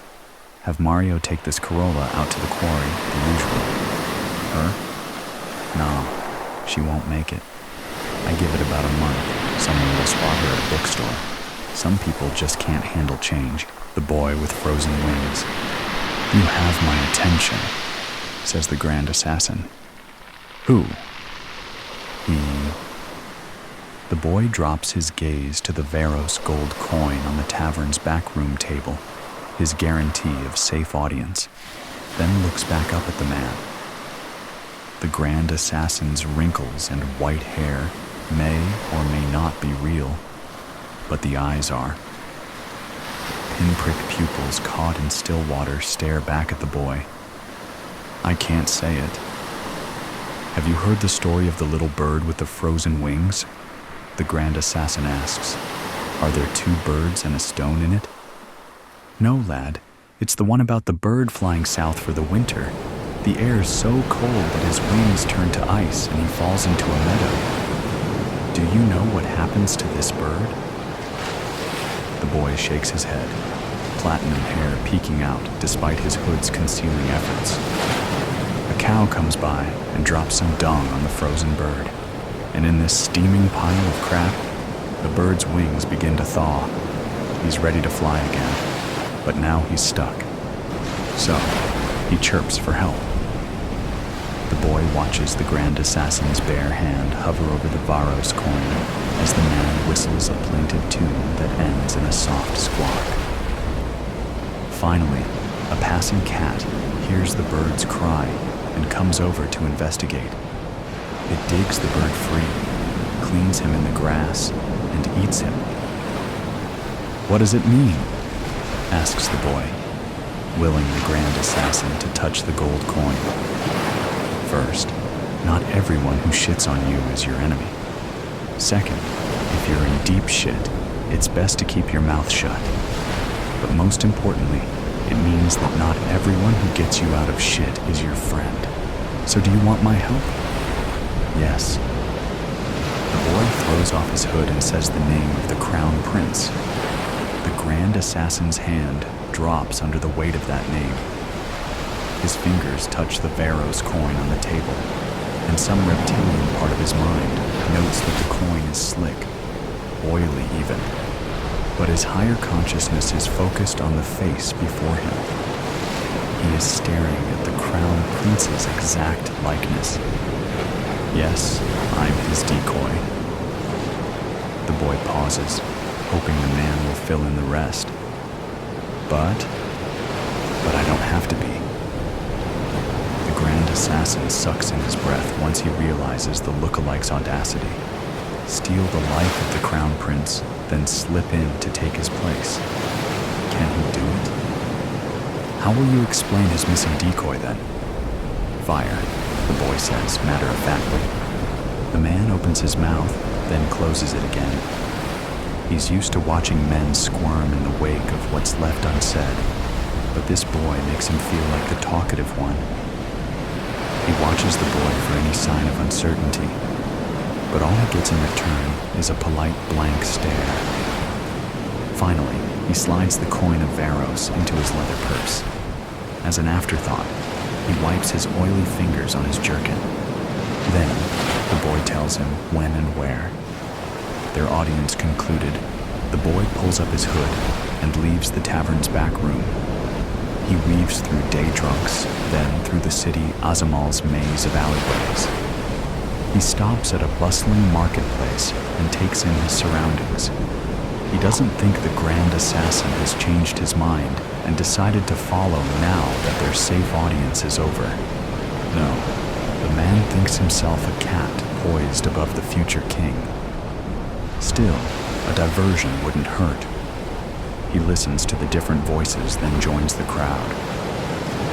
"There's a pretty lass," he says in a baritone voice, and pinches a fishwife's arse on his way past. The fishwife accosts a nearby man who's speaking in that same baritone voice to his friends. The man stumbles against a cloth merchant's stall. "Thief! Stop, thief!" the boy cries in the bewildered shopkeeper's own voice. Then, he nabs a new cloak to throw over his own as he melts away into the pandemonium. Along the way, he tears off the tainted gloves that he used to touch the Varos coin. Back in the castle confines, the boy is in another back room of sorts, a half-remembered guard tower. There's nothing to guard here because this edge of the castle wall ends on a cliff, a chasm forged centuries ago when the gods threw Varos down from on high.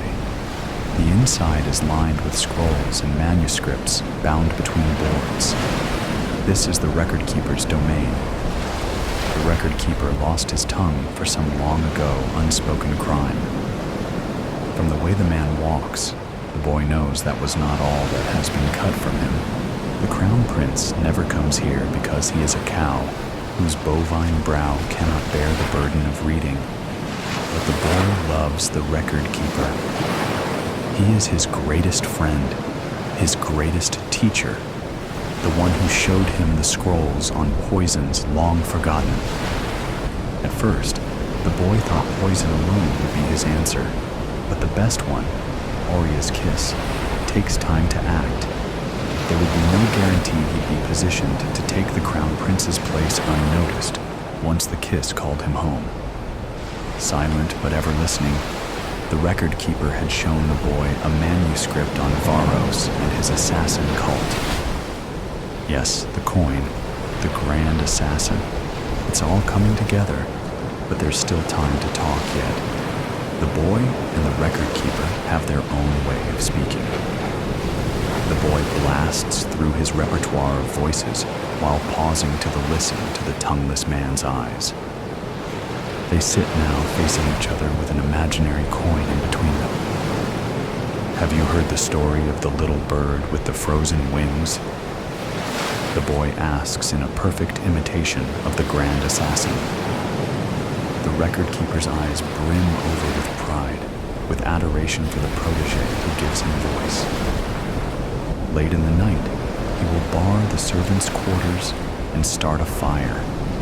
There will always be more servants, and no one will count bones to make sure the Crown Prince's decoy is among the last lot. For now, he watches as the boy climbs the crumbling guard tower, then jumps to the nearby hemlock tree. The boy balances on the end of a branch, then he's over the castle wall. The record keeper says a silent prayer that the boy will return riding the Crown Prince's horse. Deep within the hardwood forest, the boy waits at the appointed spot. He cannot see the grand assassin, but he can hear horses in the distance. The Crown Prince is fox hunting with his retinue, an outing among sycophants. The boy shouts out a fox's warning call, a vixen's scream to draw the dogs. He throws his voice and steps behind a tree as the foxhounds bumble past him. The Crown Prince, whose horse is by far the fastest and whose friends dare not outpace him, is close behind with no other riders in sight. Something detaches itself from the undergrowth, and the Crown Prince falls from his saddle. He has time to low once in pain before the thing is on him. The now never king jerks, once then falls silent. The grand assassin is caked in mud. Only his still-water eyes are recognizable. They watch as the boy pulls off the Crown Prince's pinky ring. A knife touches the boy's throat. The grand assassin is saying something, but his words are cut short by the sound of approaching hooves. The knife vanishes. So does the Crown Prince's body, as the grand assassin pulls his prey into the undergrowth. With feline grace, the boy hops onto the Crown Prince's horse and turns to meet his retinue. Later that night, as fire burns away the memory of the decoy, the grand assassin will stare at the night sky. The stars will shimmer and merge into one bright light as the numbness in his fingertips creeps up his arm and seeps into his heart. That will be Oria's kiss, courtesy of Varos's coin, calling him home. The grand assassin won't curse the new Crown Prince, the future king, who would have owed him everything. No, he'll be too busy staring at the sky and trying to take flight. As for his words cut short in the woods, the new Crown Prince remembers them perfectly. Remember this moment, and we will. And what will the boy of many voices with only the tongueless to know his secret do? Well, some things are better left unsaid. The thumping. The museum's intercom crackled on with train station static. Hello, Norval Museum. I ducked at the sound, trying to escape it, cracking my eardrums. He spoke fast, like a sports announcer, at the most critical part of the game. Welcome to your nightly broadcast from your favorite night guard. As always, we must get the boring things out of the way before we have some fun. His voice trailed up and down with the meter of a radio host. It was well practiced. If there is any other human in this fine establishment other than your Steve and Linda, remember, you are stuffed. If there is anyone else here, you will be arrested, and you could be charged with robbery as you are on the premises 30 minutes after closing. He sounded way too excited for his long night shift. So, if there are any other living souls in this building, we get to start my favorite game. Hide and go, speak. I'll count to 30, and then the game starts. Have fun. I could hear the big generators for each light system shutting off, their cranks getting closer each time until the painting in front of me darkened. As my eyes adjusted to the dim light of the exit sign, his words started to set in my head. You will be arrested. I couldn't be arrested. Not again. And especially not with robbery charges. Over the still air, a whistle was carried from deep within the museum. It tickled my ears with its swinging tune. With the lightest footsteps I could make, I reached the exit sign. Touching the cold metal made my hair stand on end as I gently pressed on the long bar until a loud click crashed through the room like a cymbal. The whistling stopped, and the silence became much louder. I looked around frantically, removing some of my precious light as my hair whipped around my face. If I was caught, I would have to look into my mother's eyes as she said, "I wouldn't be surprised if she did this, Judge." I couldn't hear that again. My eyes caught a big pot in the middle of the room. It was decorated with strips and little dancing people moving across the two-dimensional plane. As carefully as possible, I opened the lid and slipped my first leg into it. My footsteps sounded like a gong as I put my second in and slipped my body past the hole into the pot. Once the lid was over my head, I was in total darkness. Not even putting my hand in front of my face would give my eyes information. My breathing sounded like it was through a megaphone as it rose up and down, breathing in the clay, which was probably hundreds of years old. I tried to close my eyes, even though it changed nothing, and think about something other than where I was. The more I thought, the more my breathing sounded like it was coming from a tornado. My wind created gale force winds faster as I felt water drip onto my folded knees. My mind raced almost as fast. A thumping started to grow louder. At first, I thought it was from outside that he had found me. It kept getting faster, like he was running in place right outside my pot, teasing me with the promise of captivity, playing with me, just like his stupid voice played up and down like a carousel. I put a hand over my mouth to quiet my breath. Thump, thump, thump, thump, thump, thump. Over and over, like an incessant heartbeat, his feet went up and down and up and down. For minutes, his feet went on, just right outside my pot. The drips on my knees were getting bigger and more frequent, adding another sound to my existence. At any moment, he could just open the lid and get this all over with, but he was choosing to mess with me. Thump drip, over and over, faster and faster. I couldn't control my breath, and what did it matter if he was going to torment me? He knew I was there. All he had to do was open the lid and let the red light in. Let it flood in and wash over my face like a river, rinse away the guilt for just a brief moment. Instead, he chose to mess with me. He chose to step and step just outside my reach. I could barely control myself. I started to rock back and forth, and with me, the pot.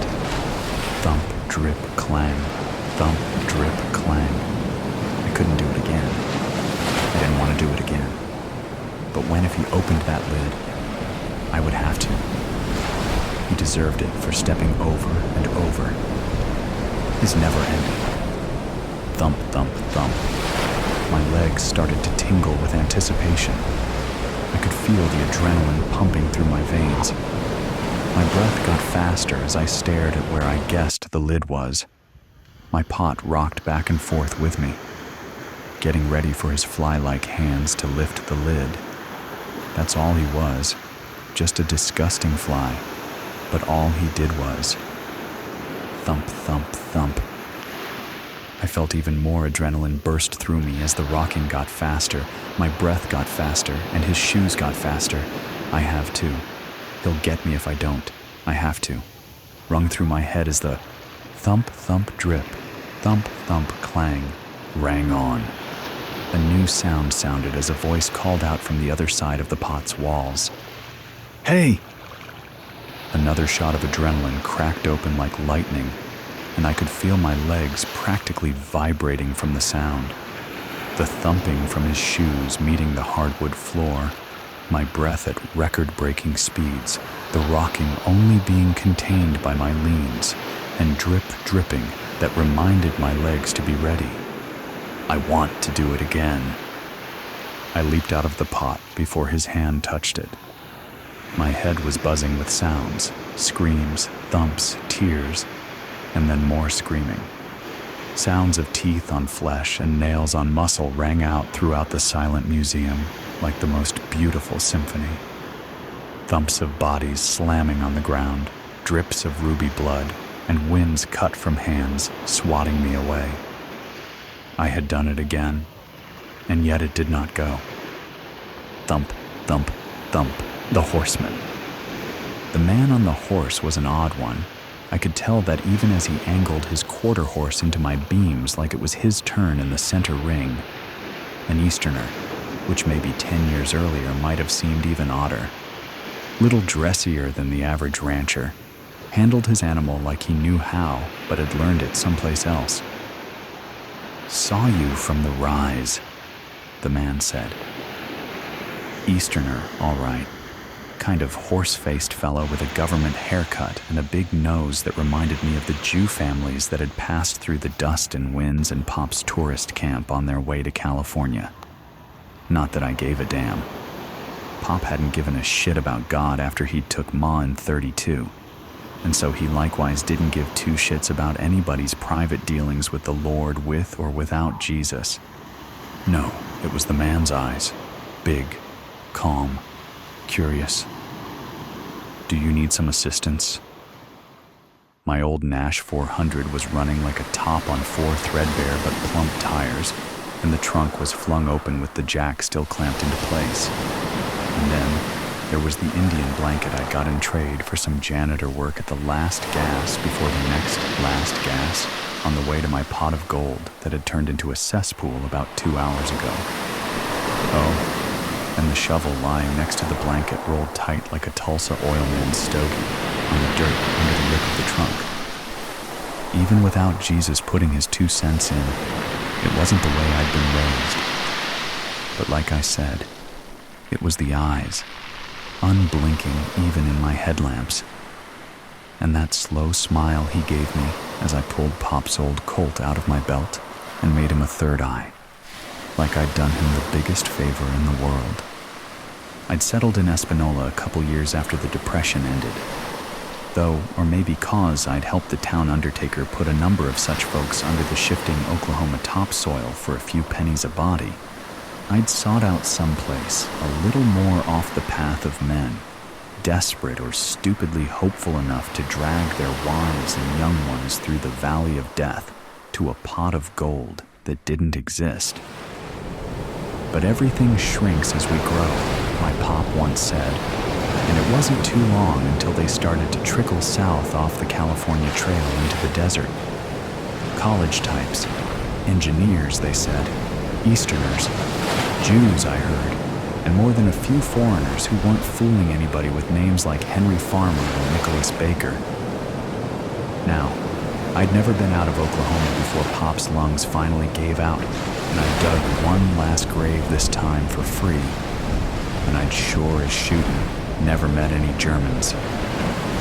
As at the time we had an axe to grind with Mr. Hitler, I was a sight more than nervous about the funny voices with the funny names sidling up beside me at the local watering hole on a Saturday night. Didn't help that the government had bought out the ranch school, and put me out of the first steady work I'd had since sorting the dead from Pop's barely paying guests. The school and its high-flown Eastern teachers and rich folks' kids playing cowboy seemed a bit silly to me, but groundskeeper's pay was decent, and the Ponces treated me right. Felt no desire to stick around afterwards, even with the new jobs the government and their engineers were bringing to the area. What the Easterners and foreigners specifically were doing may have been the best-kept secret in the Southwest, but the tighter you keep the lid on the pot, the bigger the mess when things boil over. All anybody could guess was it had something to do with that aforementioned scrap with Der Fuhrer, but folks got rattled with the army and the federal suits, cleverly watching every move the locals made. Bad enough, they were keeping Nazi prisoners and Japanese folks from California on ice down south at Fort Stanton. Seemed passing strange we weren't rounding up Germans and Italians who could blend right in at any military base or shipyard, but my 2 cents wasn't going to buy me anything but trouble, especially these days. The Denver and Rio Grande Western had ripped out the Chile line and pulled the tracks from Espanola in 42, but the town was hanging on between the nearby farms and the new government jobs 10 miles to the west. I was a handy sort with nowhere really to go, so I hung on too, in what passed for the middle of nowhere. If you want to make God laugh, tell him your plans. I think that's in the Old Testament, or maybe some tourist dropped that pearl on me on their way to the new promised land. As I now headed the opposite direction, back through Espanola and north past Taos into the mountains near the Colorado border, I could feel God's jeering presence. Poor time to get religion, with 2 bodies stuffed in the trunk and a ticket to hell waiting at the station for me. When I think about it, and believe you me, I have, maybe that's precisely the time. I put them deep in the Carson forest. It was a skill I thought I'd put behind me. But even the dead can surprise you. I was in my bed a few hours before dawn, contemplating and shivering on the bare mattress. It was sheep country. I could get a new blanket in the morning, though at this moment I wasn't sure of the need. Barring rattlers, the horse was the only one got off free that night. Hitler willingly gave up his ghost in the spring of 45, and his pal Mussolini got a date with a firing squad and a public showing strung up like the day's catch outside a Milan filling station. It took close to 3 more years to rein in Hirohito. After destroying the Japanese Navy and taking a string of Pacific islands, hemming the empire in nice and neat, we rained fire down on Tokyo, Osaka, Hiroshima, and Fukuyama. I say we, although I spent most of my stint with the 124th Transportation Battalion in Luzon, up to my elbows in axle grease and sweat. I'd signed up 2 months after that night in the forest, reasoning only more blood would wash away what was on my hands and my soul.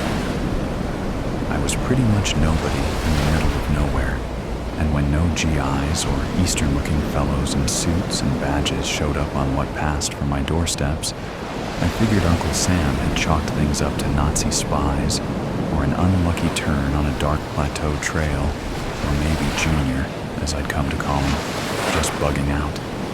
It was those goddamned eyes. He seemed like a man looking for a back door out of purgatory. Wonder if the sergeant at the Santa Fe recruiting office spotted anything like that in my bloodshot brown eyes. See, thing with being nobody, having nobody in the middle of nowhere is the company you're forced to keep. Nobody was ever likely to find the bodies, and nobody was likely ever going to spill a tear over the man who'd soiled my good blanket. But every time I listened to the bodies piling up on the radio, I wondered how many others I'd buried. Just what was it that midnight horseman had been up to at the old ranch school, with his army of eggheads with phony names and their army keeping the whole town under wraps? And why did most of the lot just pull up stakes a few weeks after? Had to be some kind of secret weapon, blow the Krauts and the Japs off the map, guess? For one bleary moment, I thought my brain had contracted TB and an Irish brogue, but it was one of the Denver and Rio Grande Western's Gandy dancers who'd lost a knee and his toes and the works in between to a 3 p.m. coal car maybe 15 years ago. It hadn't broke him of the whiskey. He read too many of those cheap detective magazines with the gumshoes and masked crusaders and flying saucers and half-naked women about to be sawed up, or worse, and I'd had my wits about me. I'd have heard him creaking down the planks and cleared my stool. "And what makes you think that?" I asked, 'cause it was the noise I needed. "My sister's boy. He does some plumbing and odd jobs for them mad scientists down the road." The old man wheezed. "Seems like everybody's in an uproar over the boss fella gone missing a few weeks back. Seem to think there's spies all about, Nazis or commies or some such. Young Danny happened down the wrong hall, and the soldier boys there grilled him nearly medium well." "Boss?" My voice went up a couple notches, but he was too stewed to notice. "Some Jew scientist from California supposed to be grand muck-a-muck of the whole operation. Jingleheimer, Weisenheimer, something like that. Some of the talk is, this Jew might be the spy." He leaned in on the half-leg and grabbed my sleeve as a thick cloud of coffin varnish sent me reeling back. "Now, you think about it, boyo. Why you think every man-jack's knickers are in such a knot, unless something big was in the works? You ever hear of atoms? You know, the stuff what we're all of us made of? Well, I hear tell Hitler and his boys have found a way to split them atoms, to just rip all the creation apart. Unless we get there first and blow the fella to hell first, little wonder them Nazis would want to rub out Dr. Jingleheimer." He then toppled from his stool. I caught him halfway to the floor, jostled him back into place, and made for the door. Crisp desert night outside, the moon too close and stars scattered across the black, nothing like atoms torn asunder. I jumped in the Nash, somehow made it alive back to my shack, and packed for my penance. Recently leaked revelations allege the U.S. Defense and State Departments largely falsified published reports that Nazi Germany and Russia were on the verge of harnessing atomic fission as a potential weapon against America and its European allies, purportedly to spur Allied physicists to escalate development of such an atomic bomb to bring about a speedier surrender by Hitler's forces. That effort, referred to as the Manhattan Project, was conducted under a nearly impenetrable cloak of military security on the site of a former boys' academy near Los Alamos, under the auspices of preeminent theoretical physician J. Robert Oppenheimer. Without revealing the nature of his work, Oppenheimer's mysterious disappearance late one night in 1944 sparked a massive manhunt, and rumors the eccentric scientist had collaborated either with the Germans or the Russians, given his wife and brother's ties to the American Communist Party. The case remains open to this day, and the Manhattan Project ended shortly after Adolf Hitler's suicide and the effective fall of his Nazi regime. Amid the loss of one of its most brilliant minds and fears of further security breaches, the remaining physicists of Los Alamos declared the project a failure. Or so we thought. I talked this week with Isidore Isaac Rabi and David L. Hill, former Manhattan Project researcher. In a 60 Minutes exclusive, Rabi and Hill reveal for the first time that they and other project scientists concerned about the long-range implications of atomic warfare conspired to conceal their findings from the military. Rabi, Dr. Oppenheimer himself voiced doubts about the sanity of releasing such a force into the world, but he was under intense pressure to beat Hitler, beat Stalin to the punch. None of us knew we alone held the keys to a Pandora's box, but without Robert's zeal, we reached a hard but crucial decision. There are questions which illuminate, and there are those that destroy. I was always taught to ask the first kind. The only answer to the question of the day was destruction. If not merely the instantaneous vaporization of entire cities and the then unquantified after effects of ambient radiation, then the geopolitical stranglehold and atomic arms race between the US, Russia, perhaps even the former People's Republic of China would impose upon the human race. And imagine if such a weapon were deployed. There would be no defense, no deterrence, only annihilation. Robbie was awarded the 1944 Nobel Prize for his discovery of nuclear magnetic resonance, a major breakthrough in medical imaging and diagnosis, and his work in microwave technology revolutionized military and commercial radar systems and led to the introduction of the home microwave oven in the mid-1950s. Meanwhile, following the dissolution of the Manhattan Project, Project team member David Hill headed up the Federation of American Scientists, later to become the Global Federation of Responsible Scientists, with the overthrow of Joseph Stalin and subsequent collapse of communism across Russia, Eastern Europe, and Northern China. Under Hill's leadership, the Federation worked with the U.S. Atomic Energy Commission and other international agencies to design virtually fail-safe atomic reactors, which have all but replaced coal-fired power facilities and have been credited with greatly reducing air pollution around the planet. We reached Dr. Hill at his Santa Fe home. Hill continues to defend Oppenheimer's patriotism and loyalty, as he has since President Truman branded the missing physicist a traitor in league with communist factions. Hill. The consensus was that the specter of atomic warfare and destruction would come to eclipse any prospect of science in the public interest. We've harnessed the power of the atom to save lives and provide clean, safe energy. I posit we'd never have put men and women on Mars, nor developed a seamless worldwide web of satellite communications and technology had we created a world occupied solely with averting global apocalypse. Wallace. Not everyone concurs with your assessment. Retired Major General Boris Posh, who headed up the investigation into Oppenheimer's disappearance in 1944, argues you and your colleagues withheld vital scientific information that might have ended the war 4 to 5 years earlier, saving, in his words, countless American and civilian Japanese lives. And to this day, Posh believes Oppenheimer was complicit either in your deception or acts of espionage. He's pushing the Justice Department to bring formal charges against what he called the Manhattan conspirators. Your response? Hill. Mr. Wallace, I'd invite you to imagine a football stadium filled to the rafters with all those American, British, Australian, Russian, Japanese casualties. Then imagine dropping a bomb that would wipe out an area 5, 10, 100 miles around that stadium. Then look ahead at the radioactive wastes that would linger in the air above that area for months, possibly years, that might carry across 100, possibly thousands of miles. Multiply that by as many bombs as it might take to prove we mean business.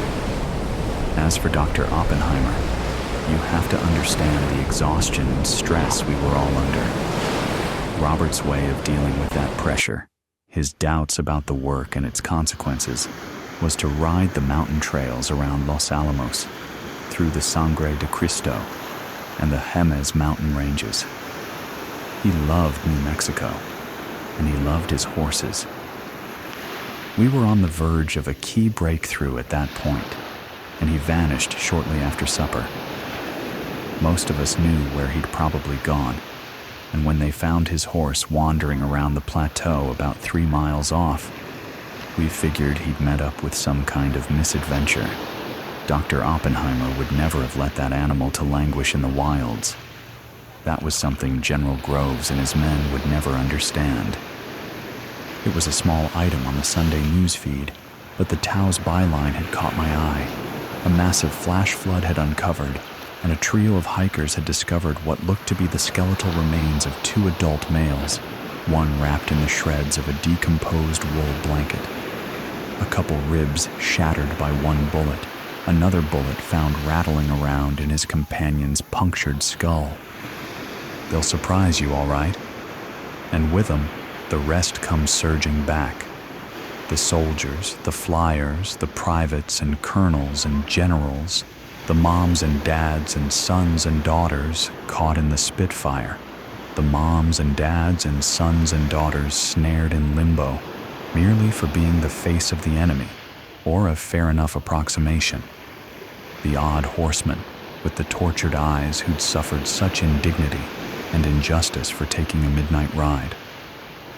I'd taken a single souvenir that night in the forest, secreted it away to the Pacific on the second great California migration to find that golden pot in the airplane plants and the aeronautics trade, tucked it in a bedroom drawer through a marriage, 2 sons, a funeral, and 2 graduations, buried it deep packing for that one final job far, but not far enough away.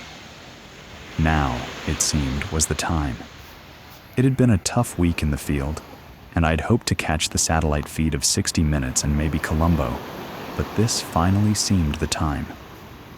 I set the yellowing badge, number 76, I guessed how the brass kept track of their college boys, on top of the TV monitor, trying not to look in those damnably damned eyes this time. Bye, JR. Then I wrote this for you, whoever you wind up being. You can see the right people get it. Then I think I'll step out for a bit of air. The desert is beautiful at night, especially in the high beams of a double moon, book of hours. Manuscripts are from the devil, I'd been told, but I felt it too. Evil emanating out like heat from a fire. I wrapped it in cloth to be safe, tucked it in my satchel, and now I wait. I had a few hours, enough time, I'm sure, before my master discovered my absence and my theft. I drank my beer down to forget the past, to focus on my future, my hope brightening the walls of the dark public house. My eyes followed Evelyn as she moved around me, cleaning up from the night before.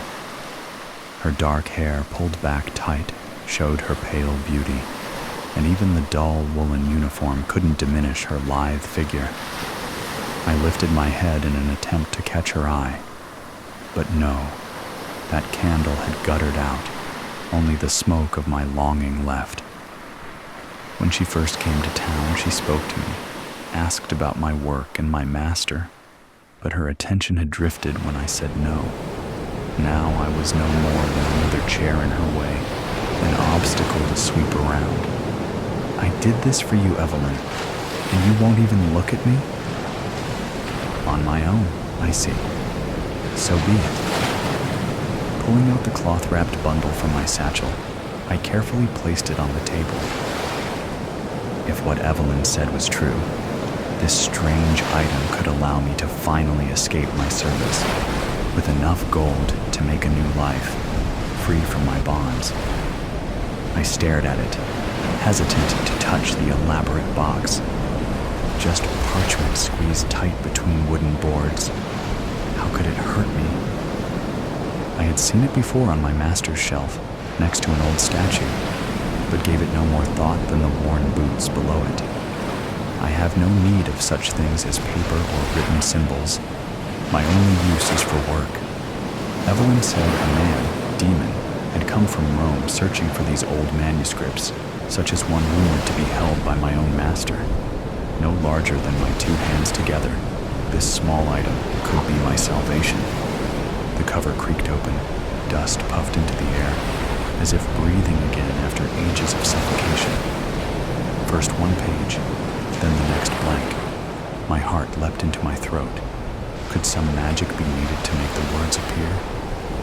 But then, on the third sheet, an image appeared. A man so bright and real. I touched the page to see if he lived. I understood why Demon wanted this, needed it enough to pay gold for it. The man his hands raised with blood on his palms, a cut in his ribs, stared at me. A gold circle around his head, a gold cloak over his body. Was this the man whose soul had been caught? Half the page and the next were filled with black marks in dense flowing lines. They seemed to move as I looked over them, as if these lines were fighting to be released from the page. A black dread flowed down my back. Have I released some demon by opening his cage? My blunt and scarred fingers moved along each, following these strange markings. A hand on my shoulder. We did it. I turned to see Evelyn behind me. I hoped you wouldn't. What? My confusion intensified when she looked down into my eyes. Deep pools of sadness. If this goes well, I'll have gold. My lips quivered, matching the tremor of my heart. We can leave together. Poor boy. Her hand touched my face.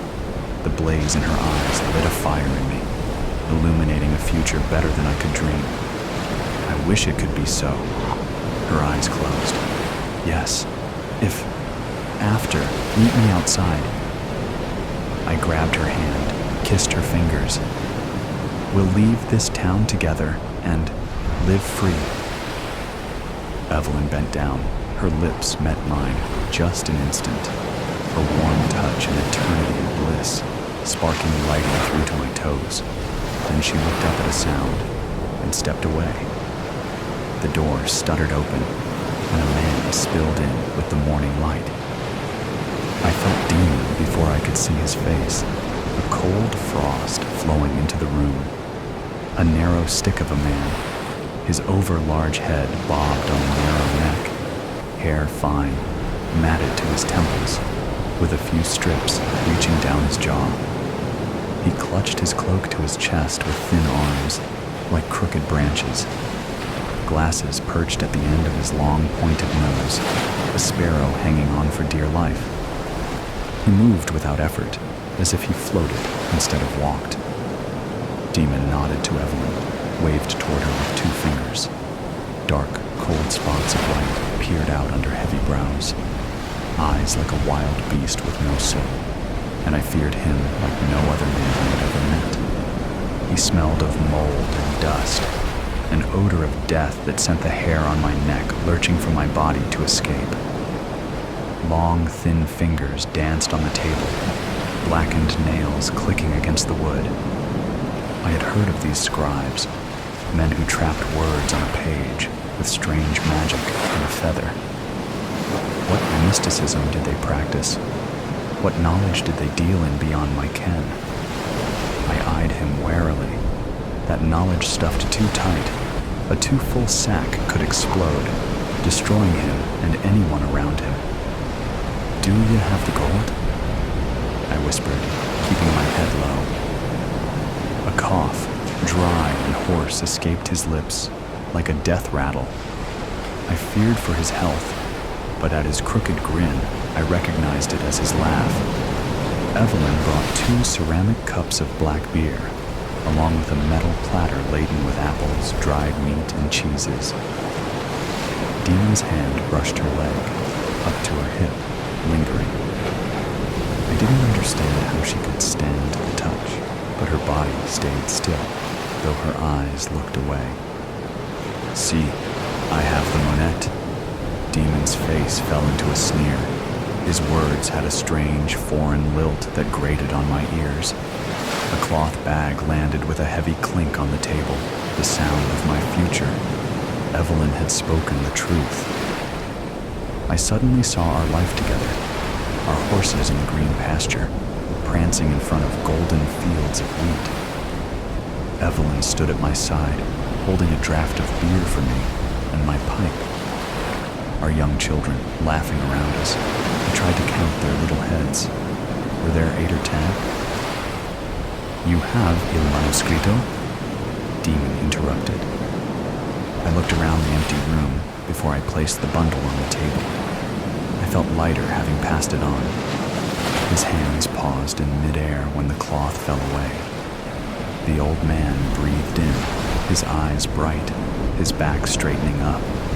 His mouth dropped open in pure desire. Demon moved to open the cover.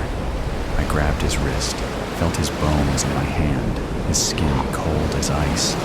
Alive though, his pulse beat thin and fast. Be careful. The man, he's awake. Questo è il mio lavoro.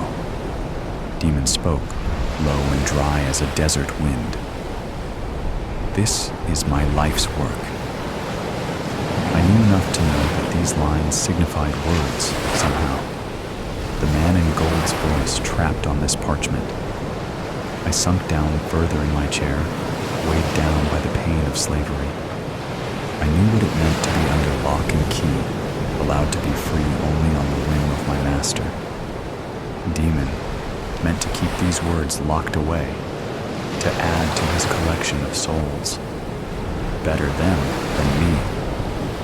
Mio Dio il Horai, he said. The Book of Hours. The rumors spoke true. We thought lost. Is it what you're looking for? I focused on reading Demon's blank face. He didn't answer, but continued to lift page after page, each turn showing the same, more and more black snakes squirming under my eyes. I had no idea what thoughts these little lines captured, but I didn't want to understand. I felt the beer boil in my stomach, threatening to come back up. The man of gold had been trapped onto these papers, imprisoned forever, with this foreigner to be the jailer. Pay me or I'll burn the vile thing. Demon's knife flashed, a blur of steel, and then a sharp line of heat at my neck. Demon held me, with death at my throat. I'll take this as a gift. Or will you trade with your blood? A swipe of his wrist, and I would leave this life, damned to hell for eternity. I should have read the signs. They were as clear as day, the offer too good to be true. I'd been betrayed. Slam! The door flew open and my master stood in the door, his stance unmistakable, his rage shaking him, and the sword dancing in his hand. "Boy!" my master shouted. "How could you betray me? Steal from me!" The blade lowered, pointing an accusation at me. "Cos'è questo?" Demon shouted to my master. "I didn't know he stole. He will be punished." I thought of Evelyn, our life together. I couldn't go out like this. "Please, no, help me." Suddenly, the manuscript moved, falling to the floor, catching Demon's attention, loosening his grip. I'll never know if it was a quirk of fate, or if the man in gold chose to help me, but I took the chance and grabbed the knife by the blade to pull it from my neck. I escaped his grasp, though my palms were sliced to shreds. I turned to see Eve wielding the platter like a hammer, swinging again and again at Demon. With Evelyn at my side, I could make an escape. Scooping up the manuscript, I grabbed an iron poker from the fire and ran at my master, standing in front of the only portal to my future. I had lived more of life in these few short hours than in all of my 20 years. I kissed a girl, escaped death, and now carry a priceless treasure in my hand. The stars were aligned with me today. I could not lose. Anger at all the scars. All the pain this man caused powered my arm. I swung my war axe for a killing blow to his head. My master took a simple step, dodged my weapon, and I felt his blade in my side. "I'm invincible!" I screamed as I fell out the front door, the manuscript tumbling from my hand. If only I could find my love, Evelyn, then we can meet our future together. I looked at my hands, covered in blood, my life pouring out of my side. As I fell, a flash of recognition. The man in gold. I opened my eyes to see Evelyn above me. her face more beautiful than anything I deserve. Is this heaven? No, not yet, she said. Soon enough. She picked up the manuscript from the ground. That, I gestured to it. The man in gold, he needs to be set free, I said, out of breath. That devil will take him. Men are the devil. I learned that where I was raised in the monastery, as a servant, and then her jaw clenched. A brother taught me my letters. Now I work for Demon. My world is small and hard. But when I open this, read these words, I release the spirit, and I escape this life, even if only for a few moments.